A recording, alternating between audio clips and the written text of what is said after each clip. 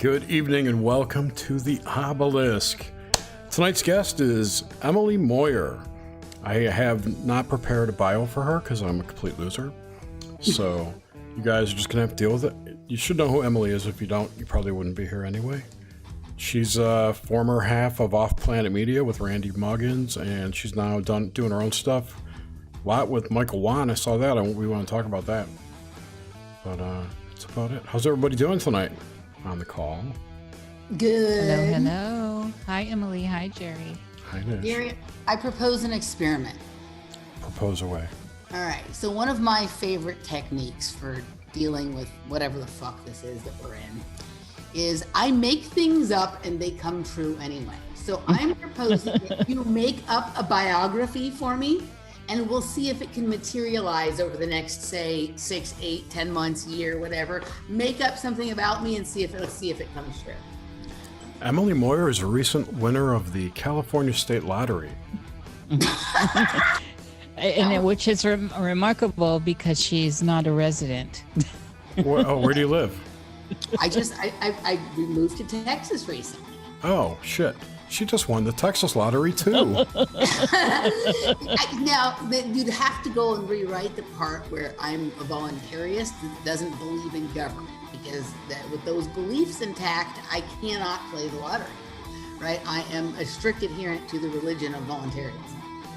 I don't actually think people really win those things. I think you're right. I think they're all actors, but that's just me. But I think everything's fake, so what the fuck. Anyway, yeah. I will think up more good things for your life. All right. And I'll drop them along the way. Oh, I just remembered Emily, I don't know, won a new car. She won a new car.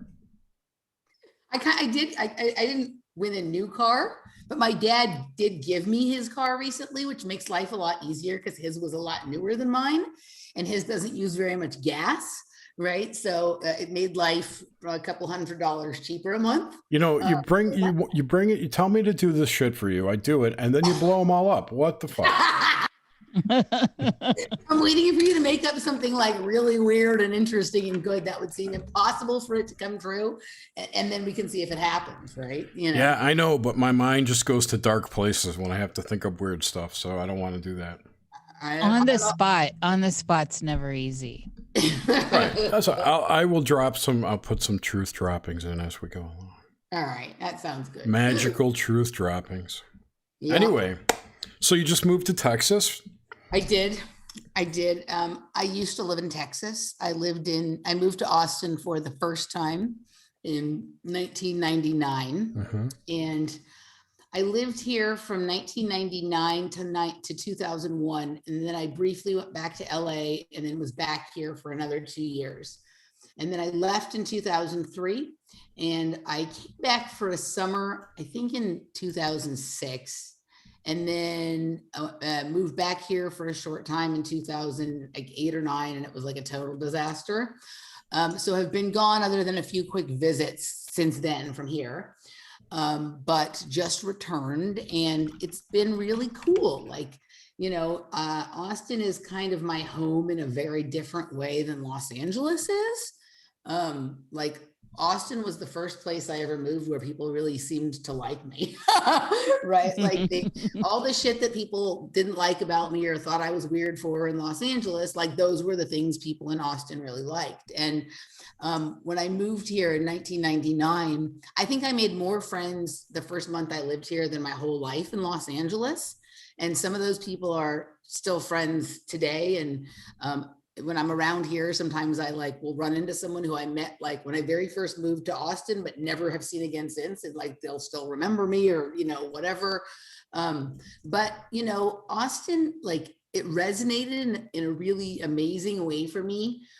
Which I enjoyed and had a lot of fun with back then, but ultimately I hadn't I didn't know myself, and I hadn't sort of faced down some of my demons and come to terms with some of the truths about myself. And ultimately it proved to be uncomfortable for me to a certain extent. And then I made a mess of it. And, Austin was one of the many cities I lived in on my trek to run away from my problems as fast as I could. And ultimately, when I left here in 2008 or 9, I can't remember which it was, and went home to Los Angeles, I just made the decision that I had to stay in Los Angeles until I sorted my shit out. Yeah. And I had many more years of turmoil in Los Angeles, but I didn't go anywhere. So I was in Los Angeles from 2009 to 2021 straight. And it took me about half that time. Like I think in 2015 is when I really started getting my shit together.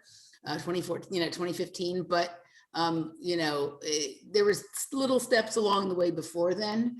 But I feel like I've pretty much come to terms with, like, I'm from Los Angeles, and sometimes you have to solve the problem where the problem began, right?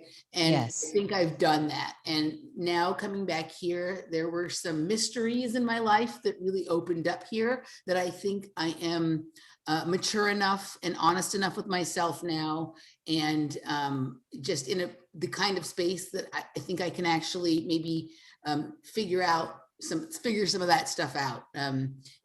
So I don't know if it's solve the mystery or enjoy the mystery or come to terms with whatever it is it might be. I think I'm ready to do that now. And so it's very cool to be back here. Isn't Austin full of woke tards now?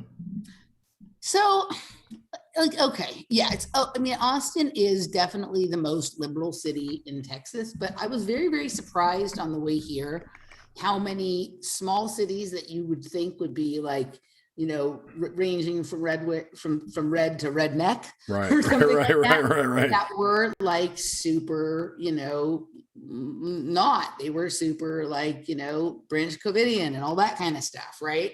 Which surprised me. So Austin has always been a very liberal city. One of the things I always liked about Austin was sort of the connection between people who were very liberal and people who were more libertarian. When I first moved here in 1999, I was really much more far to the left, right? I'm apolitical at this point, and I never had a swing really to the right, but I did explore libertarianism and things like that on my way to anarchism kind of thing. But I always liked here how like the far left and the kind of, when I say far right, I don't mean like the alt-right part of the far right part that goes libertarian and then ANCAP or whatever. Yeah, just conservative. Like they seem to have like an ability to get along. I think a lot of it was based on like health freedom. Like there was a lot of like, you'd find people who were like progressive and people who are libertarian, like meeting, like going to the same farm to buy their raw milk, right? So they might have a conversation and they would respect each other as people, right? So I always appreciated that about Austin. That is like mostly gone on like the surface social level. It is now very, very left in terms of like the way it presents, but it's not quite as like regimented or like not as crazy as it is in Los Angeles. Yeah, right? Yeah. True. It's probably 50-50. It's more like, like people might virtue signal that here, but they don't really care. Like there's a few places that are like, there's a few areas of town and a few places and that you're just like, yeah, this is too much for me. But most places, like it's a little bit more relaxed. So it's not as bad as it's presented. Like Austin isn't quite as cuckoo on the ground as it presents in the media. But yeah, Austin is cuckoo. I mean, they fought, Abbott rescinded the mask mandate and Austin fought to bring it back. And it's just like, huh? Right. They'll all self-identify. You could tell because they're wearing masks outside. So you know who is who. Correct. It's very clear here. It's right. Whereas in California, it was a little harder to tell because they had made people so paranoid about if you didn't, people would judge you, whatever, right? Here, it's not the law. So it's very obvious here. But one of the things that's interesting about me being here is most of my friends here are not like us. They are not interested in conspiratorial information or alternative information. They're people I knew from like the dance music world, which you'd think should be interested in those things, but they're actually like the biggest propagandists these days for the control system, which is odd, the dance music community in general. But what I have noticed about my friends here, and I don't know if it's particular to their relationship with me, because I've always been an odd duck, or just I don't know. They recognize that I have a completely different view about current reality than they do, and that I'm choosing to manage it a different way. And they seem to be fine with it. They don't seem to want to argue with me about it. They are maybe they might find my choices amusing or interesting, but they're not offended by them. And they don't treat me, they're not like, they won't come around me or they won't see me or anything like that. They all seem happy to see me. They've treated me the way that they always have. I don't understand some of the choices they're making about their life. They probably don't understand mine, but we agree to disagree and it's fine. And that was a little harder in Los Angeles. In Los Angeles, the people who saw things differently than me were afraid of me at this point. As well they should be. Well, that's for a different reason, Jerry, right? But yeah. So it's generally been like a good reception back here, and I'm enjoying being here. And it's definitely much more relaxed and alive than Los Angeles has been for the last 16 months. Yeah, Texas is hopping. That's kind of why I moved into Florida. It's like more active. Yeah, where I live up near the mountains here in Georgia, and there's like nothing going on. You go out to eat and your choices are like Applebee's or O'Charlie's. Yeah. Nope. Florida's kind of interesting because, like the reactionary part of people like us who've been having to sit through suffer through other people's realities that we don't conform to for the last, year and a half. Florida, and there's like the part of you that wants to go, yeah, right. But if you really sort of dig down into what some of these executive orders and bills say and whatnot, like it bumps up against some of the same problems in a different way. Yeah. Right. Like like we're either completely for free speech, or we're not. We're either for businesses having the right to choose for themselves or not. And so like if you swing too far, this is a really complicated situation, right? And there's a lot to be excited about in terms of the fact that like there appears to be somebody in Florida who's standing up for something that seems sane. But on the other hand, it's like, okay, we have to be like really consistent in the application of our principles if we want to be, I refuse to do to other people what I don't want them to do to me, right? So, so I pay attention to what's going on over there. Like some of the stuff, some of his vaccine passport stuff seems to be a lot more legit and cleaner than some of the other states that are claiming that they've banned it when all they've really done is like ban it in government buildings. Right. So his stuff seems a little bit better, but then some of the other stuff he's been doing lately, it's like, ooh, I don't know about that. I don't know that I could I don't get behind anybody, but sometimes like energetically you feel like, okay, I kind of like that more than something else. And sometimes with him, I don't know, like all these characters are suspicious to me. I don't trust any of them. Yeah, same here. Yeah, I hate politicians. That's why I'm apolitical like you are. Yeah. They're all scumbags and psychopaths as far as I'm concerned. Or they somehow, maybe they didn't start that way, but it does seem like there's some sort of transformation that goes on. The Capitol buildings are built on grid lines that have been poisoned energetically, and it's just poison. The demons get right attached to them. Yes, they go right in. They're open vessels. Yep, pretty much.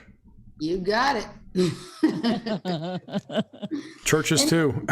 Anyway, so the other thing that's cool about being back here in Austin, though, is like I didn't have the level of esoteric knowledge when I lived here before that I do now. And so, and I gained that during the last 12, 13, 14 years in Los Angeles, which completely changed the way I viewed the city and myself and my relationship to it. And so it's really interesting to come back here and like really reassess what the actual fuck is going on here, because it's kind of a lot. And they got the bats too, right? Got the bats. There's a lot of interesting stuff going on here. And like, I've been aware, obviously, like the buildup has been going on for a long time. Like the first time I visited Austin was in 1995. And how I ever like came to Austin in the first place was that a family that I had that went to the same gym as me in Los Angeles, like gymnastics. I used to babysit their kids. The father got a job here. And so they moved here. And I came to visit them. And the first time was in 1995. And I remember like hearing, like sitting in their car, and we were hearing on the radio about how Austin was just going to grow massively, and that the freeway systems and the city was never designed to hold as many people as that were going to be coming, right? So like you knew it all the way back then. I moved here in 1999. Like in 1999, you could still go downtown with 20 bucks, go to the club, have a few drinks, get a slice of pizza on the way back to the car, maybe even buy a few bucks worth of gas on the way home. Now you can go downtown and park for 20 bucks, just like Los Angeles. But what really started to stack up, like what seemingly started to stack up maybe in the last 10 or 12 years, was a lot more of this sort of, globalists, symbols, corporations, entities that were not quite clear on exactly what they are, right? And I've known that's been happening here. Obviously, like there's a lot of Hollywood here now. A lot of people have relocated from Los Angeles and the Bay Area. But what's been most surprising to me about being here is, yes, all that new stuff is there, and it's all the ways we always think of it as being. But I'm starting to understand that a lot of the stuff that is super weird and occulted and esoteric about Austin was always here. Yeah. Right? The stuff that I'm finding, like getting the most juice off of right now in terms of like trying to understand, figure out, see exactly what's going on, were things that I saw on that very first trip here in 1995. But I just thought that like things that I thought were always normal that back then, it's not that they're not normal, but they have different meanings and different things associated with them than one would have ever expected if you didn't walk on the dark side or on the wild side or whatever, right? Yeah. So it's interesting to me how many my new level of understanding and appreciation for some of the things that have always been here, and this goes omnidirectionally. I'm not saying they're good or bad, right? And then the way all of this newer stuff is sort of clustered around some of these things, interacting with some of these things, and maybe even using the ancient technology of these things, right? So it's really cool. It's kind of interesting. Every day is like go out. It's like I'd be happy just to spend every day walking around town here and finding weird shit and making up different versions of like what I think this means or that means, or what this really going on with this building or that building, or this piece of graffiti, or this fucking sticker that I see everywhere around the river. And I like to, like, I have all these parallel running narratives in my head of like what might be going on, what I'm pretty sure is going on, what I'm damn sure is going on, what they say is going on, how do those things intersect, where can I fuck with them, should I fuck with them, what am I doing, right? So, you know how that goes. Yeah, so when it came down to when you all decided to move, was it just like, let's move to Austin, or did you have some places you thought would be interesting to move? Were you just wanting to move? What was the impetus here? All right, so we had been talking about, like, it had always been on the table, right? Laura moved to Los Angeles about 2 years ago, and she had always wanted to live in California, so she wanted to have that experience, and she kind of got it. But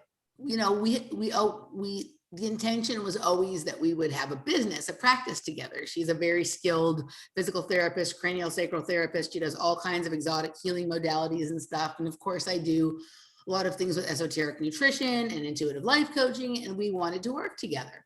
The laws in California are incredibly complicated, and having a business is very expensive, and that wasn't really something that we thought through beforehand. So it had always been on the table that, like, maybe we should go somewhere with A, lower taxes, but B, with like less stringent laws. She's a doctor, and there are limits on who she's allowed to be in practice with. And like, there are some laws in California about some professions, some medical professions, that you can't have like a person who's a licensed medical professional, like in practice or owning a practice together with someone who is a just certified professional, or their profession doesn't even require certification, yeah. Right? So it was complex. So it had always been on the table as a possibility. And then, and so then it was like, okay, well, we go to a state with like no state tax and with, laws, particular kinds of laws. Then the lockdown happened, right? And so that sort of accelerated our thinking about it. And at first, we were like, when it first happened, I mean, we got locked down before any of the rest of y'all did, right? So that was last March. And by May, we were like, maybe we should start considering someone else because we couldn't believe how long it had lasted. Little did we fucking know, right? So we started to consider Arizona because it was close to California where my family is, and a lot of her family lived there. So we could consider that. And, we looked at Phoenix and Tucson and whatnot. And I had lived in Tucson before, back in the 90s, and had the same level of strange experiences there that I had here, and also couldn't understand, the similar kind of experience. I only stayed there for a year. I didn't love it the same way I loved Austin, but some of it was the same kind of issues, right? Like there was shit going on in my life that I hadn't figured out yet. And it was causing problems that I couldn't understand. And so if you don't understand where something's coming from, it makes everything complicated and you don't know what to do about it, right? Yeah. So, so we considered Phoenix and Tucson, for a variety of reasons: weather, taxes, laws, proximity to other places, and ultimately decided no on that. And so then we started to consider a few other places, and we considered like Reno. We considered maybe somewhere in the Midwest, because at first those seemed like those were going to be the places that were going to respect freedom the most. Right. So we considered like Nebraska or Iowa or something, and it's just too cold. It's too cold. And yeah, it was just no. So we, Austin had always been on, not like Austin, like had always sort of been on the list, but we had been here a couple of years ago, back in 2019 for Robert's conference when I spoke there. And we came to Austin after, and while we had fun here, we were like, neither of us were feeling living there, but we started to consider at the beginning, during the time of the lockdown, other areas in Central Tech, like in Hill Country. Right, some of the smaller areas, because we thought, oh, maybe we want to avoid like the SJW stuff too, right? So maybe we'll like pick a smaller city in Texas that is proximate to Austin or proximate to somewhere else. So we considered a bunch of them. And when I went back to Robert's conference this past year, we went and looked at all those places. And while we liked them and they were charming, we weren't quite sold on any one of them, but we came to Austin afterwards. And for some reason, this time we fell in love with Austin, both of us. Laura had lived here before as well, but we didn't know each other then. She'd lived here, like there had been some crossover in the time that we had lived here before, but we did not know each other. We were in completely different realities, completely different mind control cults then, right? Yes. Well, it's funny that I've been able to find connections between the two mind control cults, which theoretically were so far apart, there should not have been a connection, but there was a few of the usual suspects always present, right? Oh, But yeah. there are so many. There are so many, right? So, it was weird, funny because both of us were afraid to tell the other one that we like kind of thought maybe Austin again, because we thought the other would reject it. But we finally had that conversation. And that was like last October. We decided to come back again in January just to make sure we weren't having like fun on vacation, and that wasn't how we really felt. We came back, we loved it. We looked for a place, everything started to fall into line, and we decided to go for it. We decided, like it was definitely, even though it's not 100% ideal on the way freedom is being handled here, it's way better. And the economy is great here. The laws are very relaxed. There's no state income tax. And it's a little bit more affordable than Los Angeles. And we'd be able to do some things that we wouldn't be able to necessarily do in LA. A little more affordable? It's probably like half the cost to live there. No, it's not. It's I'd say it's Austin's pricey. It's 15 to 20% less expensive than Los Angeles. In some realms, other realms, it's like the dining out is still like quite a bit less expensive than Los Angeles, unless you go to like the very top high-end kinds of restaurants, right? But you can go out and have a good time like for the evening for a little less here still and whatnot. What it has done is like you were able, like we live on the water here, which is not something that's affordable in Los Angeles, right? So we live right off of the lake downtown. And for me, with like my love of endless exercise outside, it's amazing. So that's something you couldn't do in LA. When I meant cost of living, I meant like housing, electrical, gas, not eating out and partying, because that's not stuff I do. I'm just saying, sorry. Housing. So housing like, it's pretty, this is the hottest market in the country right now. So my mistake, and of course, if like, so in some ways I was time traveling into the future when I lived here, but I wasn't thinking about cost of housing. I myself or my father or someone should have bought a house here when I first moved here in 1999, because like, you'd have made $1 million off of it over that period of time, right? Millions of dollars off of it. It's almost impossible to find a house here for people who are looking to buy. We're renting. Renting is still fairly reasonable, but it's not anywhere like as affordable as Houston or Dallas. I almost moved to Houston back in like 98. Yeah. I had a job offer down there. I went down there.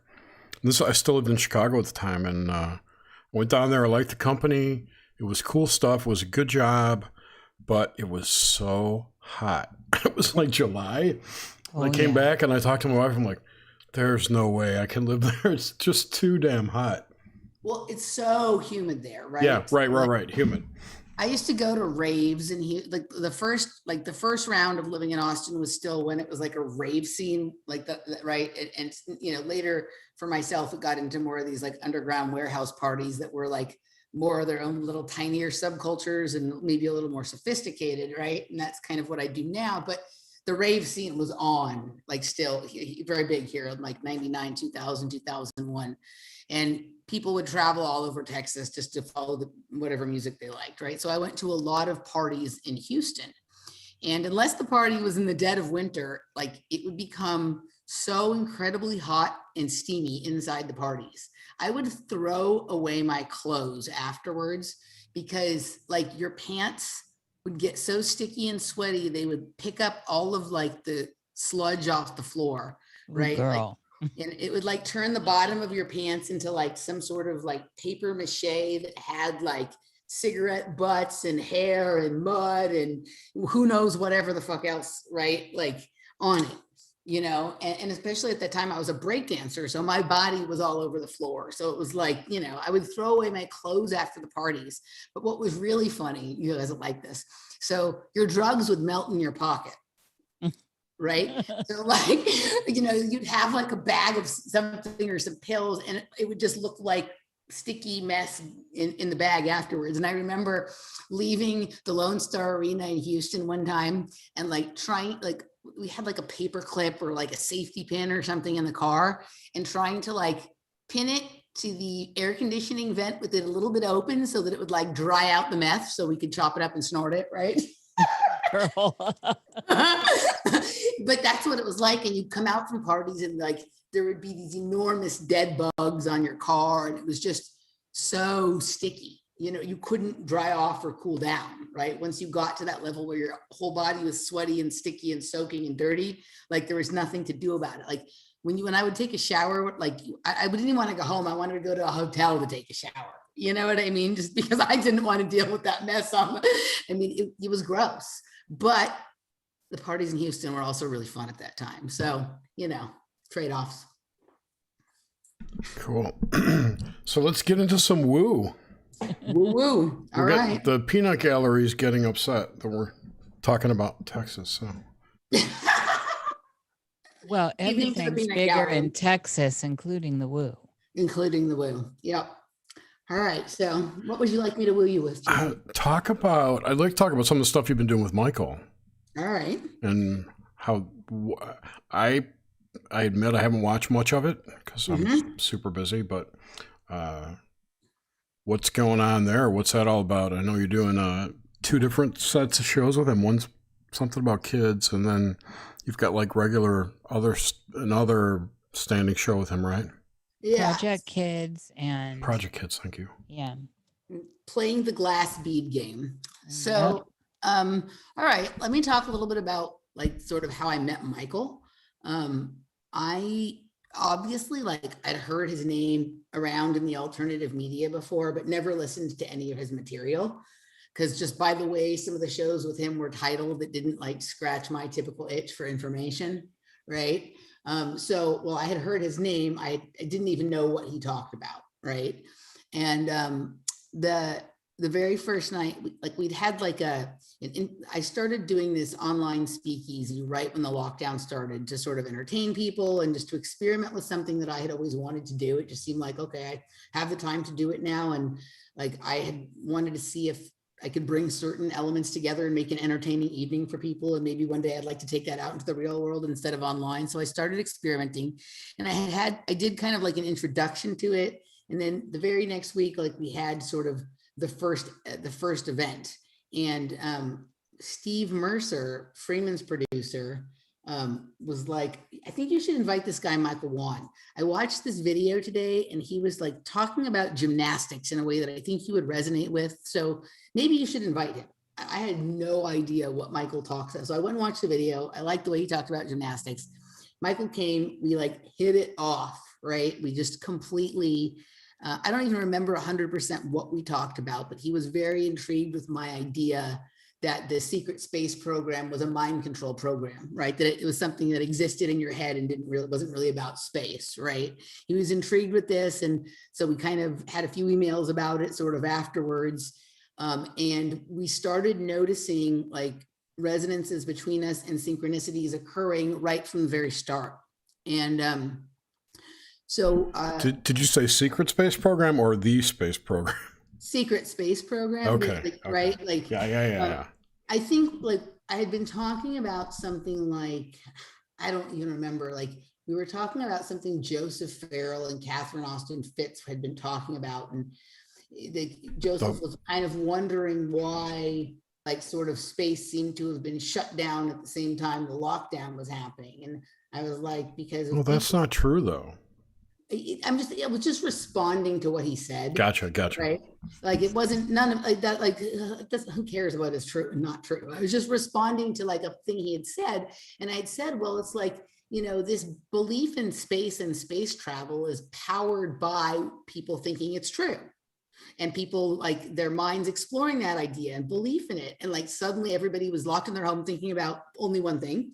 Right. So that sort of depletes the energy for a lot of other made up stories, because all of the energy was going into this made up story that we've been living with for these 16 months or whatever, right? So it was just an offhand remark, but like it led to some further conversations. And then I had him on the show with Randy and I, and then he said to me he was about to be going through a particular experience in his life that he felt was going to be interesting and intense and life changing, and that he would like to do a series of shows with me where we talk about these things, right, that he was going through and that kind of thing. And so we started Project Kids. We titled it Project Kids because, I obviously have been speaking for a couple of years about my suspicion of my involvement in projects as a kid, but it wasn't something he had really considered, even though he had all the markers. And through our conversations, it was something he was starting to sort of look at for himself. And he wanted to sort of talk some of that out as he was in this sort of transitional period. And it just sort of took off from there. And we did it. We still do it once a month, but for a while we were doing it every other week. And we started doing some like group activities around it. Like we experimented with a couple of different things. And then we kind of sort of figured out what really worked. And at the same time that happened, we launched this sort of a private series, and then the series is called Playing the Glass Bead Game. Yes. And it is it was inspired by an interaction that Michael had with somebody that basically was a nudging either to Michael or to us, but it seems like us because there's been some contact between this person and myself as well, to try and get us to pay attention to this book called The Glass Bead Game by Herman Hesse. And we realized when we looked a little bit into the book and read some of the background, that what we had been doing over the course of several months on Project Kids, which was basically discovering the synchronous, like the way intelligence agencies use synchronicity, which is a naturally occurring phenomenon of whatever this system is we live in. And these, so we were having a lot of stuff with synchronicity and the interconnectedness of all things, and this sort of resonance between he and I, that like the more we talked about certain things, the more they seemed to show up in our life, and there seemed to be like a mirroring and whatnot. And it was kind of, fascinating. So we found out about this book, we read into it a little bit, and we realized, oh, like what this is what we do. So in the book, they have these young people. This book is set in the future. There's these young people who are generally sort of very gifted and talented in music and math and things like that, right? And they're taken away to study and sort of be kind of away from everyone else so they can sort of perfect their art, but they bring all sorts of other elements of culture, like metaphysics, astronomy, all kinds of stuff into their study of mathematics and music. Right? They use like touchstones and important points from outside of those disciplines to like incorporate into them, right? And they each do it in their own way, and they sort of like, it's a practice that they're sort of all doing. And basically what they're doing is synthesizing a culture that has become decadent to the point of being total garbage into something beautiful and meaningful. And we realized that that was kind of what we had been doing. So we decided to start playing the game with intent and to start sharing a lot more of our personal lives in it. We were all already sharing a lot, but like this is, we get into some pretty deep stuff. And so we decided to make the series more private, and we put a lot of time into it as well. So there's an almost 2-hour show, sometimes longer than 2 hours every week. And then there's meetings around, meetups and group chats and other pieces of media generated around it. And it's been growing slowly but steadily and starting to spill over into other people who I know, some I don't know, most of whom I respect and whatever, starting to reference the game in their work, starting to play with us, even people in my own regular life who like don't have any idea about the things I talk about. Like the moment I mention anything about the glass bead game to them, they start playing whether they know it or not. They become part of the synchronicities, they start generating them. And it's been basically a way to sort of appreciate, honor, respect, and play with the interconnectivity of all life. It's fun. Yeah, it's great. Well, the whole Elisa E thing, or Lisa Lamb, Lisa E, the Elisa Lamb thing was part of this, wasn't it? So Elisa Lamb came up in an episode. It was funny. So Elisa Lamb is a big part of my game, my glass bead game at this point, and some of the others who are playing it, your game and whatnot. But what had happened is there was a story Michael told me in one of the early first or second episodes of the glass bead game that made, like, for some reason, like generated this list of stories that I needed to tell Michael, right? And on the top of that list was about my experience with Elisa Lamb. And at the very end of the episode, I said, okay, we didn't have time for it today, but next week we're going to talk about Elisa Lamb.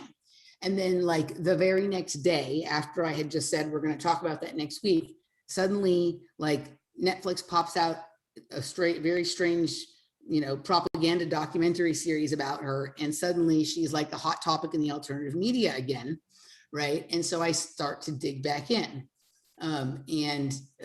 We started the digging there on an episode of the glass bead game. And then what we found ended up turning into, 12 or 14 or 16 hours of various shows with different people for me about the topic. And this sort of discovery of like a game that may have been afoot there. The amount of synchronicities and the amount of like parallels and ciphers and codes and reflections in the media that this case generated is astonishing. And it wasn't something I could appreciate back at the time that it happened, although it was intriguing to me then, and I dove in then. I didn't know enough to really understand then what I was looking at, though I had a hunch that there was something more to it, like deeply more. And it's kind of like similar to how I didn't understand Austin at the time, right? I knew a little bit more by the time I had my sort of Elisa Lamb thing, in 2013 when this first happened. But it's almost terrifying the number of similarities there were between her and myself, right down to like locations and words said at particular times, posts made at particular times. It was very odd. Yeah, that was a fun deep dive for me as well. And it spurred off lots of stuff as well. And that's part of the glass bead game, how it Mhm. just has this incredible current to it. Mhm. Did you watch? I'm just having a realization. I'm playing the Glass Bead game right now. Did you watch the TV series Mr. Robot? I did. I barely have memory of it though, but or maybe was it coming up? Did you ask me this at some point? So I don't think so, because I just finished watching it recently. It was just, we just did Conspiracy Cocktail on it like a week or two ago. And Oh, okay, right. I think that yeah. I haven't seen it. I only saw one episode. all right, so it's a little different, but anywho, okay, it's close enough that I consider it in the same thing. So I had never watched that when it was on, and a few people really were pushing me. You should watch it. You should watch it. And I was like, yeah, I'm not really that into the computers and that kind of stuff, whatever. But when we were here in January, visiting and looking for places to live, we had dinner with my friend RJ, who's my techno soulmate, my buddy. He's a great, amazing DJ and producer and whatever. And he's like, you have to watch Mr. Robot. And he's not into all the shit we're into, right? So I was like, all right, I'll watch it. And in my head, I didn't tell him this, but in my head, it was like, all right, I'm gonna watch it, and then we're gonna do a conspiracy cocktail on it. I'm gonna make you play. Right? You're gonna have to do a set inspired by Mr. Robot. I didn't tell him that until a long time later. But I watched it, and by the end, I was like, wow, this is, and maybe you should go back and watch it, because we know more things now to really understand it, right? Like I was like, this is just another example of like the same kind of thing, but the show is actually phenomenal. The producer or the director of it, whose name I had never heard anywhere else, is Sam Esmail. And so I was just writing it out to see if it was the same cipher as Elisa Lam. There's one more M in it, but other than that, all the other letters are the same.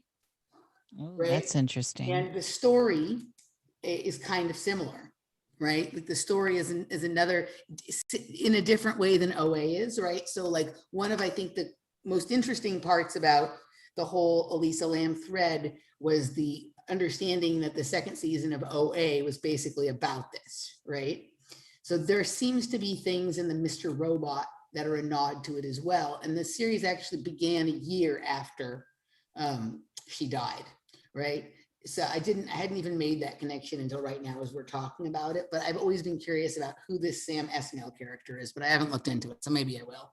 But check that one out as well. And I think we have to start reimagining, what I did is I sort of overlaid the second season of OA onto the Elisa Lam case and found that like it was almost a perfect fit. Like I did the shows with you, and then I also we had a conspiracy cocktail about the OA, and I went through the second season particularly. I went through episode by episode and gave my analysis and made comparisons. And by the end, it was like, I'm not 100% sure all of what OA was trying to say, right? Like there was a lot of questions left at the end of that series, right? But the question that was not left for me, I was 100% sure that second season was about what happened to Elisa Lam, right? And the overlay was fascinating, and I think you and I got into that a little bit as well. But I did like a very deep analysis of like all of the episodes at Conspiracy Cocktail. So those aren't recorded though, so kind of sucks that it wasn't, right? So yeah, it was pretty good. Well, I enjoy. I've only been at the one, which was you had me as a guest there, and I do like your conspiracy cocktail format. Yeah, it's interesting, right? Like so for me, like I'm into a lot of different stuff. I have a lot of things I'm interested in. And some of them are pretty disparate from the other things, right? Like they're not necessarily similar, except to me, right? Like there are a few things that I've always felt like, well, these things should go together, but I don't understand why they don't, Mhm. right? And like for me, it's always like, all right. So the conspiracy people, they don't drink good cocktails, and a lot of them don't like don't like music I like. But what's been interesting is through all the things I've shared about my experiences at parties and then doing conspiracy cocktail, I have found that actually a lot of people in the alternative information crowd did or do go to parties, like electronic music and all that kind of stuff. So that's my opinion on that has shifted a little bit. And then also some people who were never into it, like now they appreciate it from coming to the conspiracy cocktail parties and hearing some really good dance music. So I wanted to have, like, I didn't understand why the alternative people didn't like electronic music. I couldn't understand why neither the electronic music people or the conspiracy people seem to care about having good cocktails. And most of the people who like good cocktails are snotty and they don't like conspiracies and they definitely don't like dance music, right? So I was trying to like force my realities together. And do it in like a speakeasy setting, because everything I do is like, I like underground everything. I don't like the commercial version of anything, right? So I kind of smashed it all together and it worked, and at first we were doing it every week. And then once it became clear that the lockdown was never going to end, I was like, I don't know if I want to do this every weekend. So then we did it every other week for a while. And now we do it once a month and try and make it a little bigger and more special. And I am playing with the idea of trying to move it into real world events here in Austin. So yeah, it's fun. I like it. I like fancy cocktails. I like music that goes, and I like to talk. So, String it all together.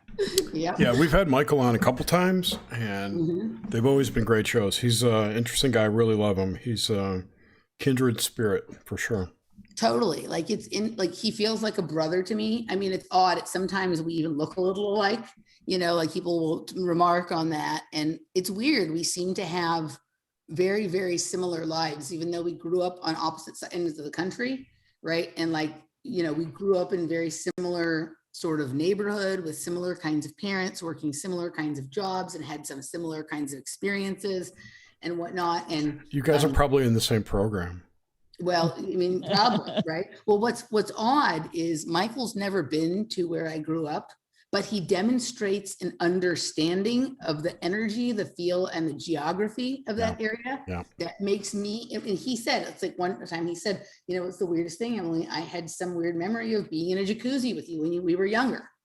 Right. And yeah, I had a jacuzzi in my backyard in Chatsworth, like just not even a mile from where a lot of the project stuff was going on. Right. Maybe he used some of those teleporters that Andrew Basago talks about. Right. Well, one of the things that's interesting, and you guys both might like this, neither of you probably heard this. So we do a lot of what we call map porn, right? Because Michael loves maps and I've gotten to liking them too from working with him. And one of the things that's incredibly bizarre is the number of small like suburbs and little towns with the same names in the areas we grew up, right? And we've noticed this in other things that we've looked at too, besides just things that are about our own lives.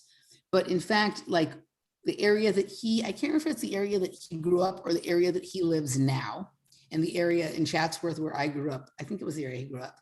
There are suburbs, so if you put where I grew up, Chatsworth in the middle, and then said that there was Pasadena was at 2:00.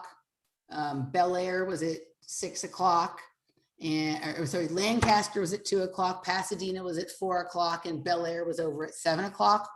From where Chatsworth was, it was those same towns were in the same geometric proportion, the places around where he grew up.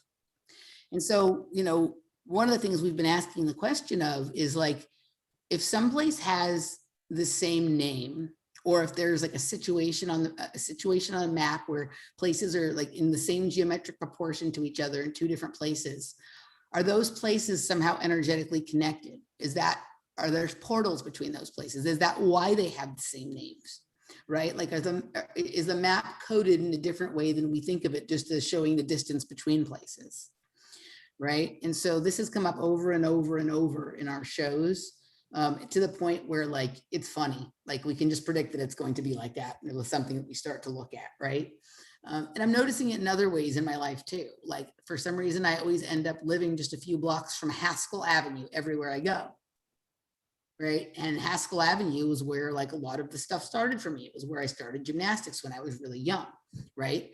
And there's a Haskell Avenue, this exact same distance from the house I'm in now that there was to the house I was just left in Los Angeles, right? Like, so like, what are these things about? And Haskell's not that common of a name for a street. It's not like Main or Elm or First, right? So like we started to notice a lot of this like weird kind of stuff, but you know, we have a resonance, and I guess like in our astrology, because he has his own unique take on astrology, like there's that whatever, like we're supposed to produce a piece of work together in life. Like our life, like the meaning of our life's work is the same. Like we're supposed to do that together or something like that, right?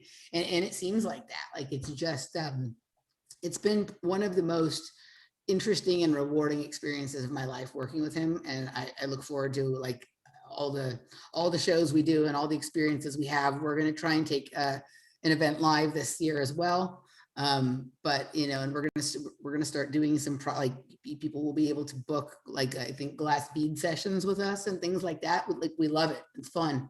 So that was like an amazing stroke of luck, or maybe it was destined, or whatever, right? Maybe we've known each other for a really long time and forgot, or whatever it is, but he's definitely a brother from another mother or something. Yeah, there's a lot of similarities between our parents too. We also like, he and I were both 2 weeks late, you know, like when we were born, and similar things going on. You know, I was 2 weeks late too. yeah, Laura was too. It's weird how many, right? So, but yeah, no, it's been, it made the last year a lot more entertaining than it would have been otherwise, probably.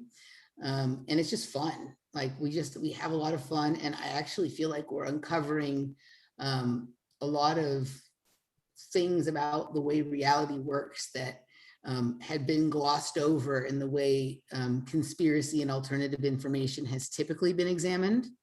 And I think this more sort of playful and connective, synchronistic technique of looking at what is going on around you is actually going to prove to be more fruitful in terms of getting us somewhere than just knowing everything has.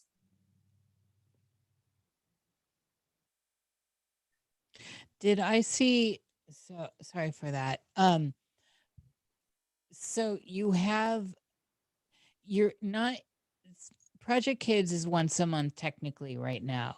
Right. And then the glass bead game, is that once a month or is that every 2 weeks? That's every week. So basically what happens is we continue doing the Project Kids because like that was a public series, right? So the Project Kids has like an hour and 15 minutes that we put out to everyone. And then there's a patron section that is for like all the patrons. And then we started this Project Kids group kind of thing, right? And that's like a group where people like you can come, you can hang out. We have these conversations in chat. Sometimes we make recordings and generate other material. And like that sort of group, what was going on and the things we were learning from doing that.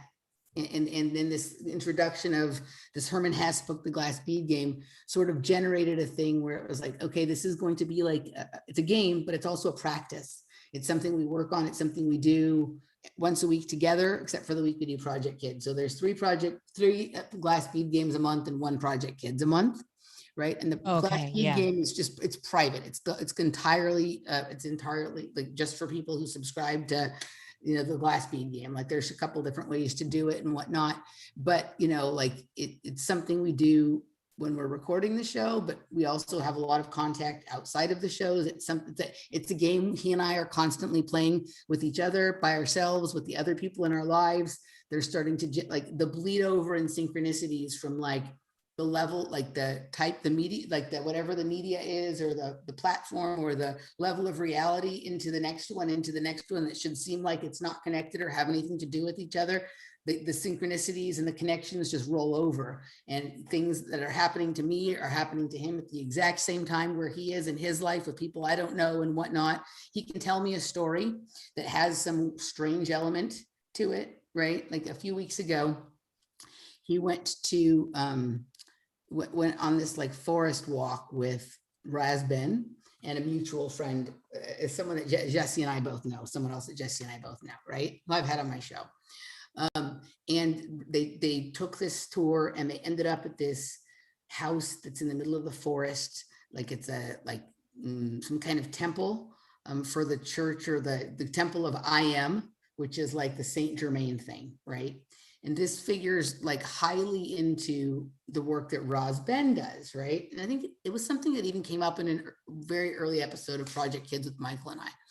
But the mutual friend Michael and I have, who was with them, the next day sent me a long text explaining to me how this really strange experience they had, and some video clips that they had taken with Roz Ben, right? Literally, and telling me about this temple of I Am and Saint Germain, right?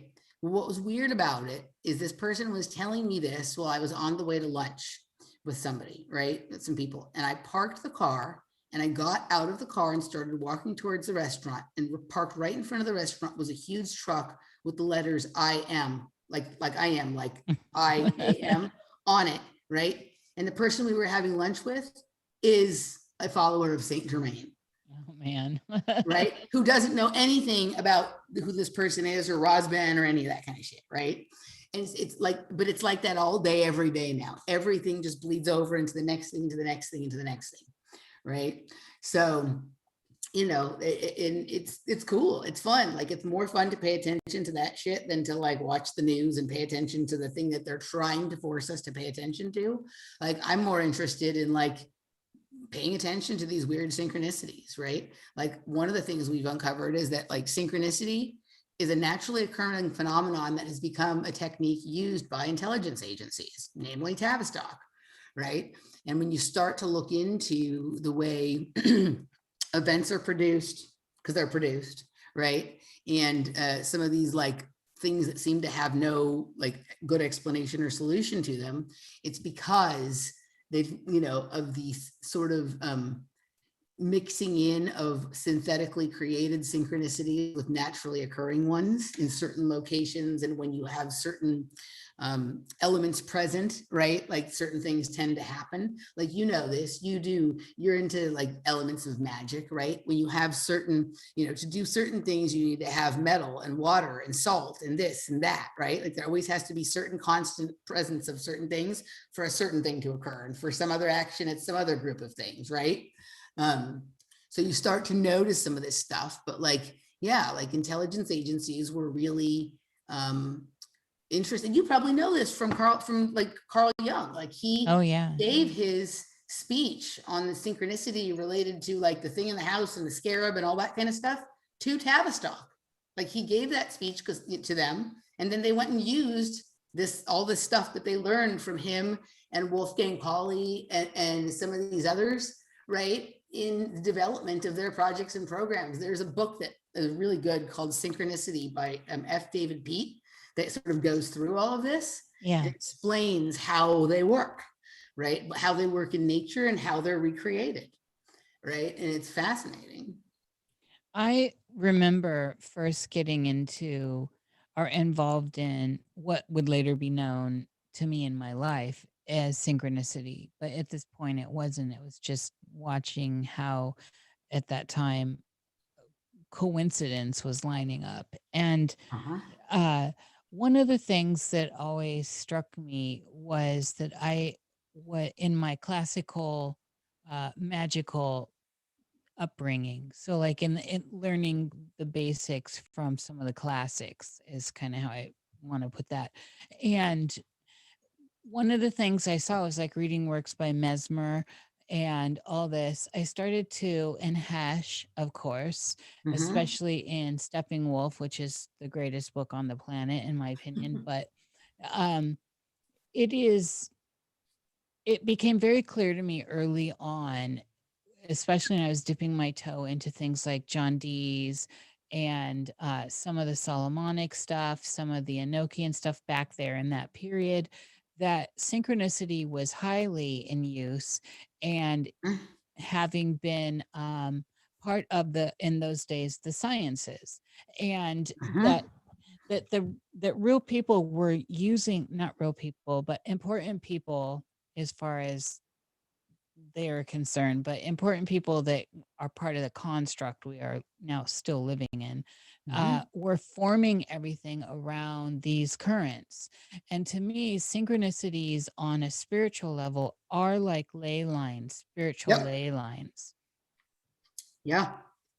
I mean, we were talking about this in the Project Kids group earlier today about like, you know, it's fun to like look at all these synchronicities, right? We figured out that we're able to generate them, right? We're figured out that we're able to get the sort of system to play back with us, right? We figured out that like we can endlessly create like loops back to certain ideas, right? But now what it's like, okay, some of them are just silly, meaningless coincidences, right? Others are these very synthetically created things, right? Like the, you know, especially a lot of the loops we get into when they involve the technology, right? And the internet and our devices and things like that, right? And then there's ones that happen across like all those mediums. And then there's some that are like, you know, like they're ordered in my head in terms of like how important they are, right? Some are just silly, some are fun, some are like weird and fascinating. Others are deeply meaningful and personal. But there's some of them that are so deep, they tick all of those boxes, right? And you kind of feel like that sort of, wow, that is fucking bizarre on every cell of your body, right? And that's kind of, I think now it's trying to really parse out the difference between the various levels and types of synchronicities to better understand like which ones are natural, which ones are sort of synthetic, and then like the depth of the meaningful, how meaningful it is, the layers, right? And when you talk about them like ley lines, this point where everything comes together, right? I think synchronicity probably occurs in its most glorious way most often at some of these types of points, right? Yes. But then they've also figured out how to create the overlay, right? That sort of like almost like laying a technology that generates like a bunch of those around that spot, right? To try and distract you from the deeper one by like letting you be more carried away with like the glamour magic one, right? The sparkly one that is like, oh, look at that, right? Like, meanwhile, like the reality is completely shifting below your feet, and like, you know, some sort of like opening to another layer of reality is happening that you're missing because you're looking at the shiny thing that looks just like the other thing you saw a minute ago. Yes. Mm-hmm. It's a big, you know, this has all been, a lot of this has been so mapped out and then forgotten. And so for people like us picking this stuff up again and looking at these different components that create these spiritual ley lines, that create these in the physical material world synchronicities, are, it's like we're reamalgamating something that was always there and something very old. It's like bringing the mummy back to life. Totally. Right. Like that's, I mean, that's one of the things I'm discovering being here is I think some of the stuff around this, like there's like literally the city is around the river here and it's almost like an altar on it. Right. And we see all this new shiny stuff, but I'm finding stuff that I'm like, man, this could have been here for a really long time. Right. Yes. And it's just sort of being reactivated based on people paying attention to it now, Yes. or the way it's interacting with these newer forms of like, spiritual technology, but also like, I think there's something going on with the way structures are being built now that is like literally reactivating or rekeying certain things. And let me ask you something, because you've been much more like dedicated and disciplined in your studies and practice of magic than I've ever been. Like for me, it's been more like something that just happens. Oh my God, wow, that was amazing, right? Like I seem to have a knack for it sometimes, but it's not always something that I'm doing with conscious intention. Although I think some of the skills were sort of trained into me. So Yeah. there's a level of intention there somewhere, but it's not at the front part of my mind when it happens. And so it's sometimes surprising. And that probably also makes it fun in some ways that if you work too hard at it, it's not, right? But Yeah. how much does angle and perspective come into it? I talk about this a lot, and it's definitely well, and it's even making my series with Gary Wayne, like the angle, the angel, all this. Angles of consciousness are a huge deal. Pardon me. And looking back and at some very ancient texts, some cuneiforms, stuff that remains from quote unquote the ancient world. Hold on, I had to belch. I'm having a ginger let beer. It rip big. You should have just let it, right? You should just let it rip, dude. I want to throw out there too that most of the major angels have their own degree, and then if you take a 360-degree circle, like Michael is in north, right? So that would be 0 degrees. And when you're doing work with angels, you're supposed to face a certain direction. I'm pretty sure that correlates to a degree on a compass. Okay. Well, So the degree system is definitely, and that overlays onto a lot of the invisible college stuff. So Yep. So angle, angel, same difference to me. Right. Especially on the flat Earth.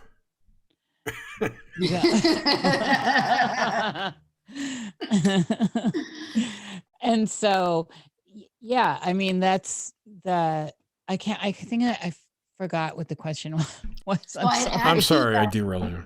It's okay. No, it's all right. Jerry, those were good points, though. They were good points, Jerry, and that's your job, right? That's what you're here for. But I wear many hats. Those are truly, that's a major component for sure, the degrees. Okay, so Mike, one of the things I'm noticing living here, and it's not that I've never noticed it anywhere before, but something is different in me now, right?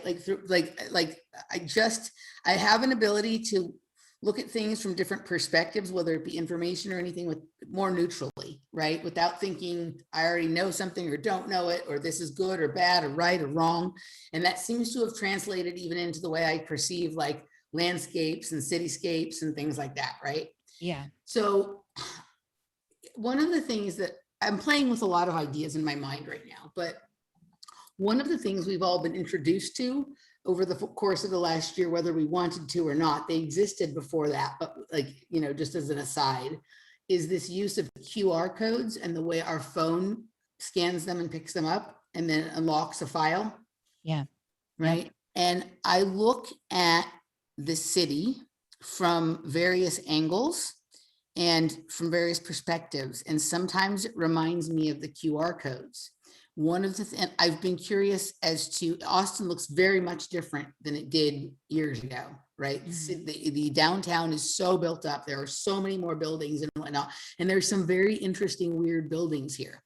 But I cannot find any photographs of Austin from high enough up for me to see what the city looks like from top down. The only overhead shots I can get of downtown Austin is just so you can see Black Lives Matter written on the street during a protest once. I can't see like the layouts of the building from like far up, right? The buildings from far up. And like, I've begun to wonder if like some of these buildings are technology themselves that are holding certain information. And if you are a person that are aware of how this works, you could either have an app on your phone or maybe you're just trained to do it naturally. You can pick up information like from the various angles and perspectives that you view the city from, like a phone picks up information from a QR code. Yes. And I see here on the river, there's certain lookout points that seem to be marked for something that aren't spectacular. It's not like, oh, you'd go and look here because there's a beautiful panoramic view that's different than the one 5 feet from here, right?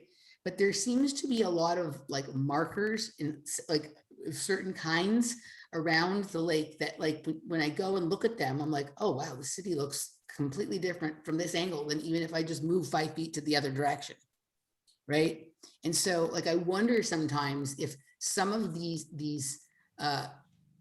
things that we think about as like dimensions and like other realities or timelines or whatever are sort of hidden in plain sight, and you can see them if you understand the angle to observe them from, and then you can enter them. Yes. And some of these buildings are very unusual. There are some really unusually shaped and designed buildings here. They obviously look like technological components, some of them, but some of them, the way that they reflect off of each other and the way that they reflect in the water, right? Like there's something going on there too. Like we've all heard about how oftentimes Capitol buildings have a body of water in front of them, right? So they can reflect. It seems to be that like all of these buildings want to cluster around the same little fucking area in downtown Austin because they're all trying to get their reflection off the same point or something like that, right? And there's even like this weird, so there's this, I don't want to go too much into this, like I'm going to talk about it in a show in a couple of weeks with somebody, but there's a Google building down here, right? And it has a big Google G, like the rainbow colored G on it, right? But Yeah. you can see its reflection in another part of the building. So you see the G in like color and you see the G in black, right? And if you look into like the work of like someone like Ibrahim Karim and some of his biogeometry and the radiesthesia and stuff like that, and he talks about how the way light hits something and then it reflects on a surface on the other side, and there are certain like colors that can reflect into it, and that's where the doorways to other dimensions are.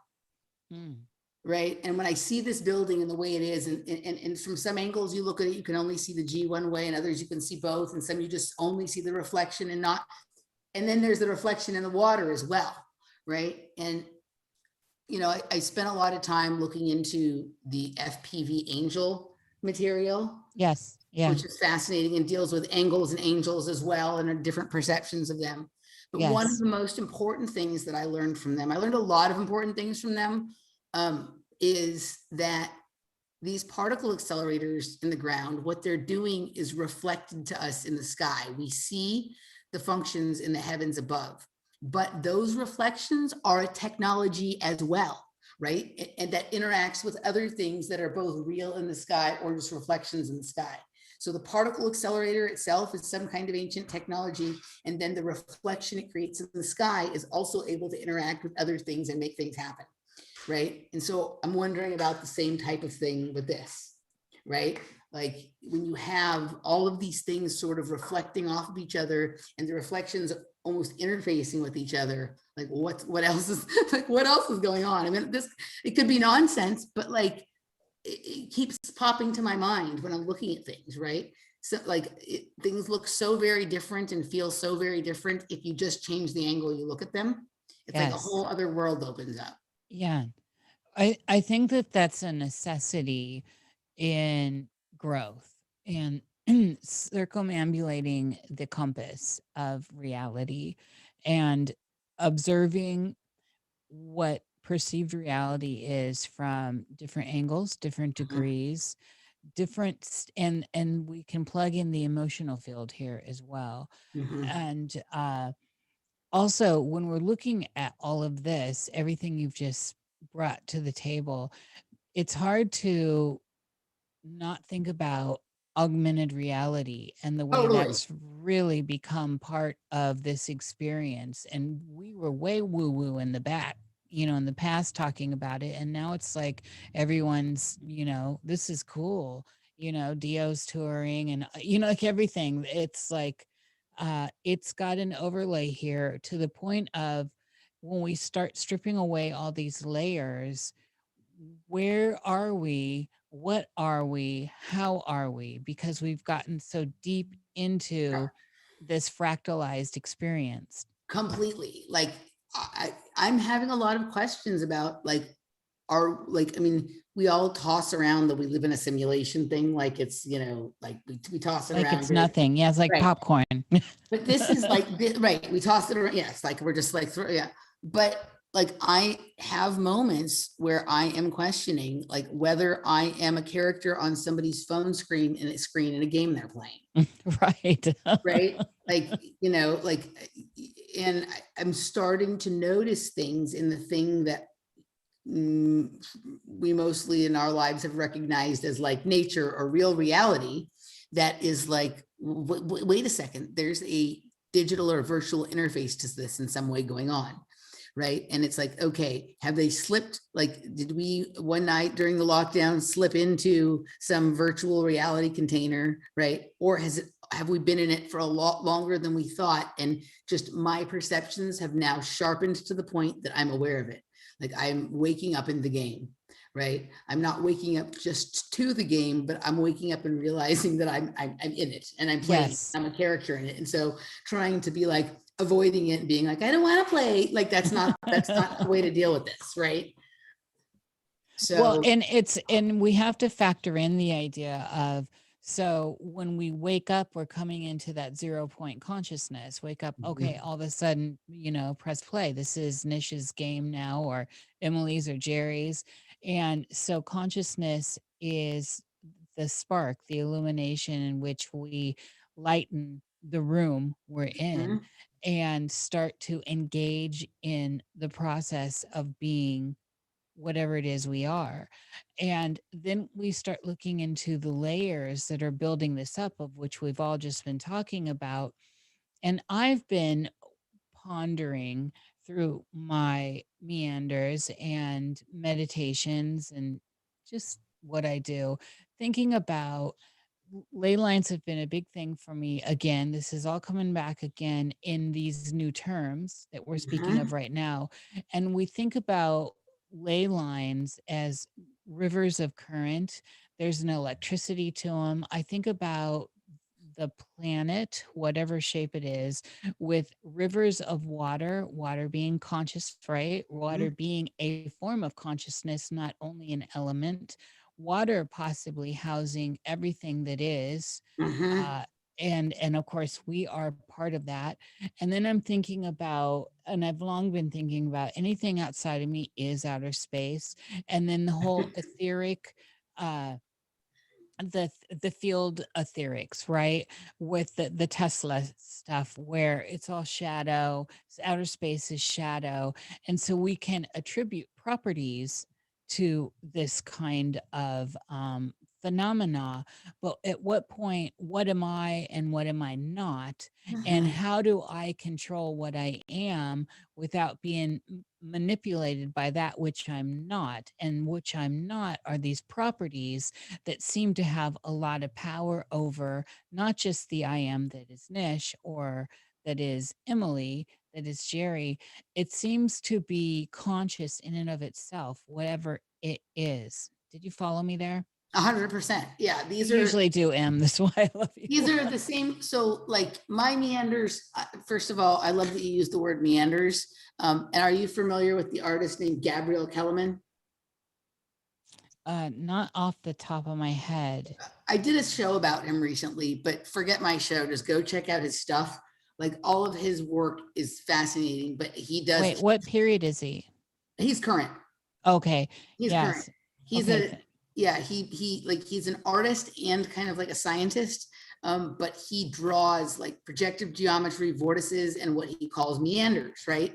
And like, it's fascinating. Like he will come up with like a structure that we basically understand as simple, and then he kind of follows it to sort of its next logical state, and he calls these things meanders, right? Like what he does, his work is phenomenal. It's like you look at this and you're like, oh my God, like this person is brilliant. Where did he learn this shit? And you realize like a person can only be born with this shit. They can't learn this stuff, right? What's his name? Gabriel Kellerman, Keleman. He's Romanian. Got it. But yeah, so I did a show with the Crimmies on him. I took he was one of the presenters at a course I took from on biogeometry and stuff like that last summer. But he draws meanders, right? And I think you would love them. So you should check it out. But I liked the way you classified sort of your wandering off and you're looking into things as meanders. And in some ways, this has been really cool for me being here. Like, some days I go out and I hard exercise out there, but other days I just meander around, right? And I just spend a lot of time inspecting a lot of things and noticing the placement of things, noticing some days the things seem to have moved, other times they seem to be back in the place where they seemed to be before. Like, I'm looking at things in relation to other things, and double, triple meaning. I'm looking at all kinds of stuff, and meanders is, there's something when you become like, when you take away the focus of like, I'm trying to run 8 miles, or like, you know, like whatever, I'm going to this place, and just sort of meander and follow whatever catches your eye, right? And then the next thing that catches it, and the next thing, where like a whole hidden layer of reality and information seems to start unfolding. And it can be really cool. It also can be really terrifying. I've had a few like, oh my God, chilling moments, right? Like where it's just like, what the fuck is this place, right? But some of this has made me think about like where like groups that we think of as like secret societies or something, right? Where they choose what they're building, right? And then they don't only have like their building in each town. Sometimes they have multiple buildings, but they also have like their little like courtyard of the park at this park that they sponsor, and their little like section of the trail that they clean up, that they are responsible for, and have their little bench and their little statue at, right? And their this little plaque on the wall at this place and stuff like that, right? And I've been really paying attention to what do I observe when I stand at the kinds of places. Yes. Not just the, like, it made me start thinking about the secret societies, but like here on the river, right? Like there's certain areas that like, you know, seem to have a lot of pomp and circumstance about them. And then others that seem to be almost paid no attention to. But if you wander over, there's something very strange there that looks like some sort of important marker for something, right? And then sort of observing the reality from that angle. And this is kind of where I've had these moments of like, I am in something that I don't completely understand. I definitely understand it more now than I used to. And it's interacting with me. There is an interface. Right? Yes, this is important. Right? Like there is, and so it's like what you were talking about the part that's you and not you, and there's a part that's not you getting you to do stuff and whatever. Like there's moments where it's like, well, wait a second. I think everything might be me. Right? Like, yes. Like, and I don't mean that in that I'm the center of the world. What I mean is like, to what extent is our mind projecting so much of this, right? And we don't understand time. How much of our consciousness sits outside of time and is like, it's kind of like when you have a satellite up in the sky and then the whatever base down on the ground, and the two things are in constant communication, right? And one of them is in an area that is less affected by gravity, but let's just pretend that's time, right? Let's say that like whatever you have out there in the thing we call space, or like you said, anything that we think of as other than me or far away from me, right? The thing outside out there of me is some either outside of time or like at a point, someplace where the time is different or slower or whatever, right? But it's in constant communication with signaling back and forth to me, like the part of me that is here, that is, you know, either controlled by time or generating time. I'm not sure which one it is, right? So it's like you have this line of communication between two parts of maybe two different aspects or parts of something that theoretically is the same, but are existing in realities that are controlled by entirely different sets of circumstances. And there's this nonstop communication. Like I'm having that conversation with whatever that is, whether it's me, a part of me, the whole me, the bigger me, something not me, but pretending to be me, or whatever, right? Like the conversation is constant. Right? Like I'm never not back and forthing with that. It's like fucking calm. Yeah. Right?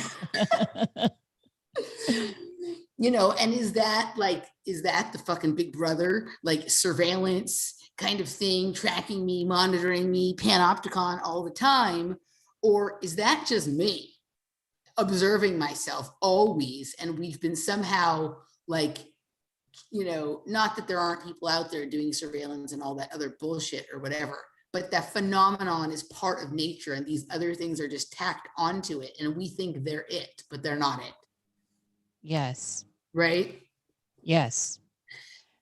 And this all-seeing eye that we always see places, right? We take that as like Big Brother, but the more esoteric meaning is just that you're always watching yourself. Everywhere you go, there you are. Well, it's also known as providence, and who doesn't Love a little Providence. Right? Providence is a fucking fabulous restaurant in Los Angeles. So before you go, I'd love to talk about space some more. Secret space program, the space program, NASA. All right. Your thoughts on that? I agree that I think the secret space program is a virtual program. Mm-hmm. It's the only thing that makes sense. Mm-hmm. And but I think space is also the public-facing version of that. Mm-hmm. I mean, that's a perception of it that makes sense. I mean, you know, my things on space, like, I don't know, like I don't.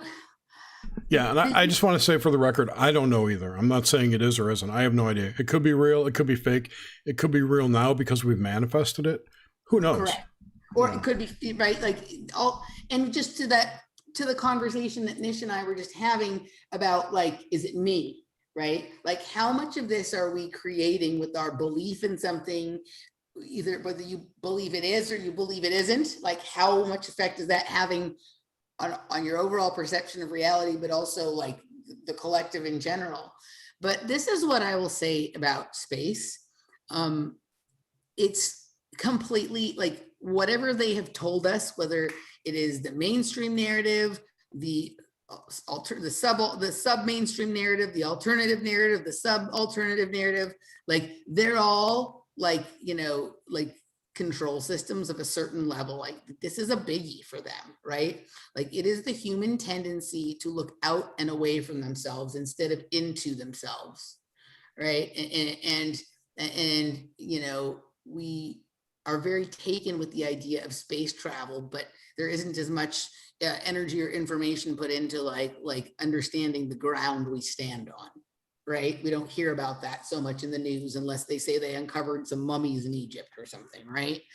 But you know, I'm gonna, you know, we started this whole thing with Jerry, make something up and we'll see if it comes true, right? So, like, many years ago, based on my own like memories and the fact that I sometimes like to say wackadoodle shit, my experience and my conversation both on air and privately with Andrew Bashago, and in my own set of experiences, I like said, I think space is underground in Chatsworth, right? Secret space program is in the ground in Chatsworth. Yeah, or in the water. Yeah. Right? I was joking, like but I was serious too. It was like tongue in cheek, but not really, right?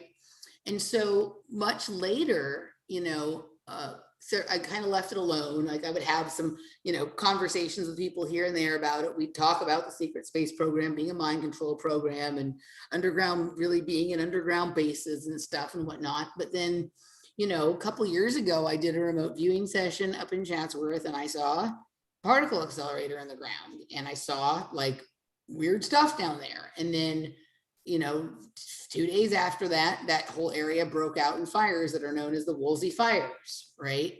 And then come a little bit later, I discover this FPV Angel and the Angel Particle Matrix research and their discussion on particle accelerators. And, you know, I really started to dig in a different way. Like, I really think that what people think of as space travel really has to do with particle acceleration, which, you know, and these technologies that seem to be part of the earth. But what I ended up finding, like, Jeff and I went back and we hiked back into the hills in Chatsworth and we're sitting there on a rock looking at stuff, trying to figure out what is going on back there with Rocketdyne and Boeing and whatever. And we had one bar of reception, but we started doing research and started like tossing phrases and terms together and dug and dug and dug. And I found this PDF about Burrow Flats.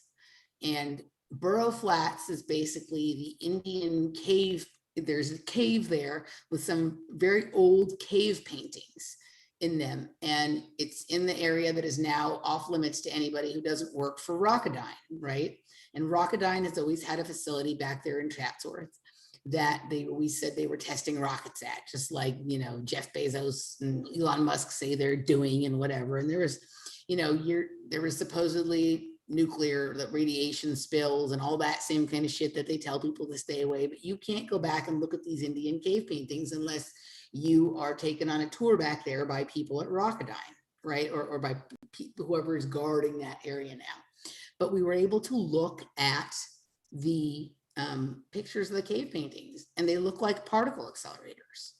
And these are thousands of years old. And so I'm pretty sure that Rocketdyne didn't have their facility there thousands of years ago, and that the things that they say that they build are actually things they've just discovered and are trying to figure out how they work.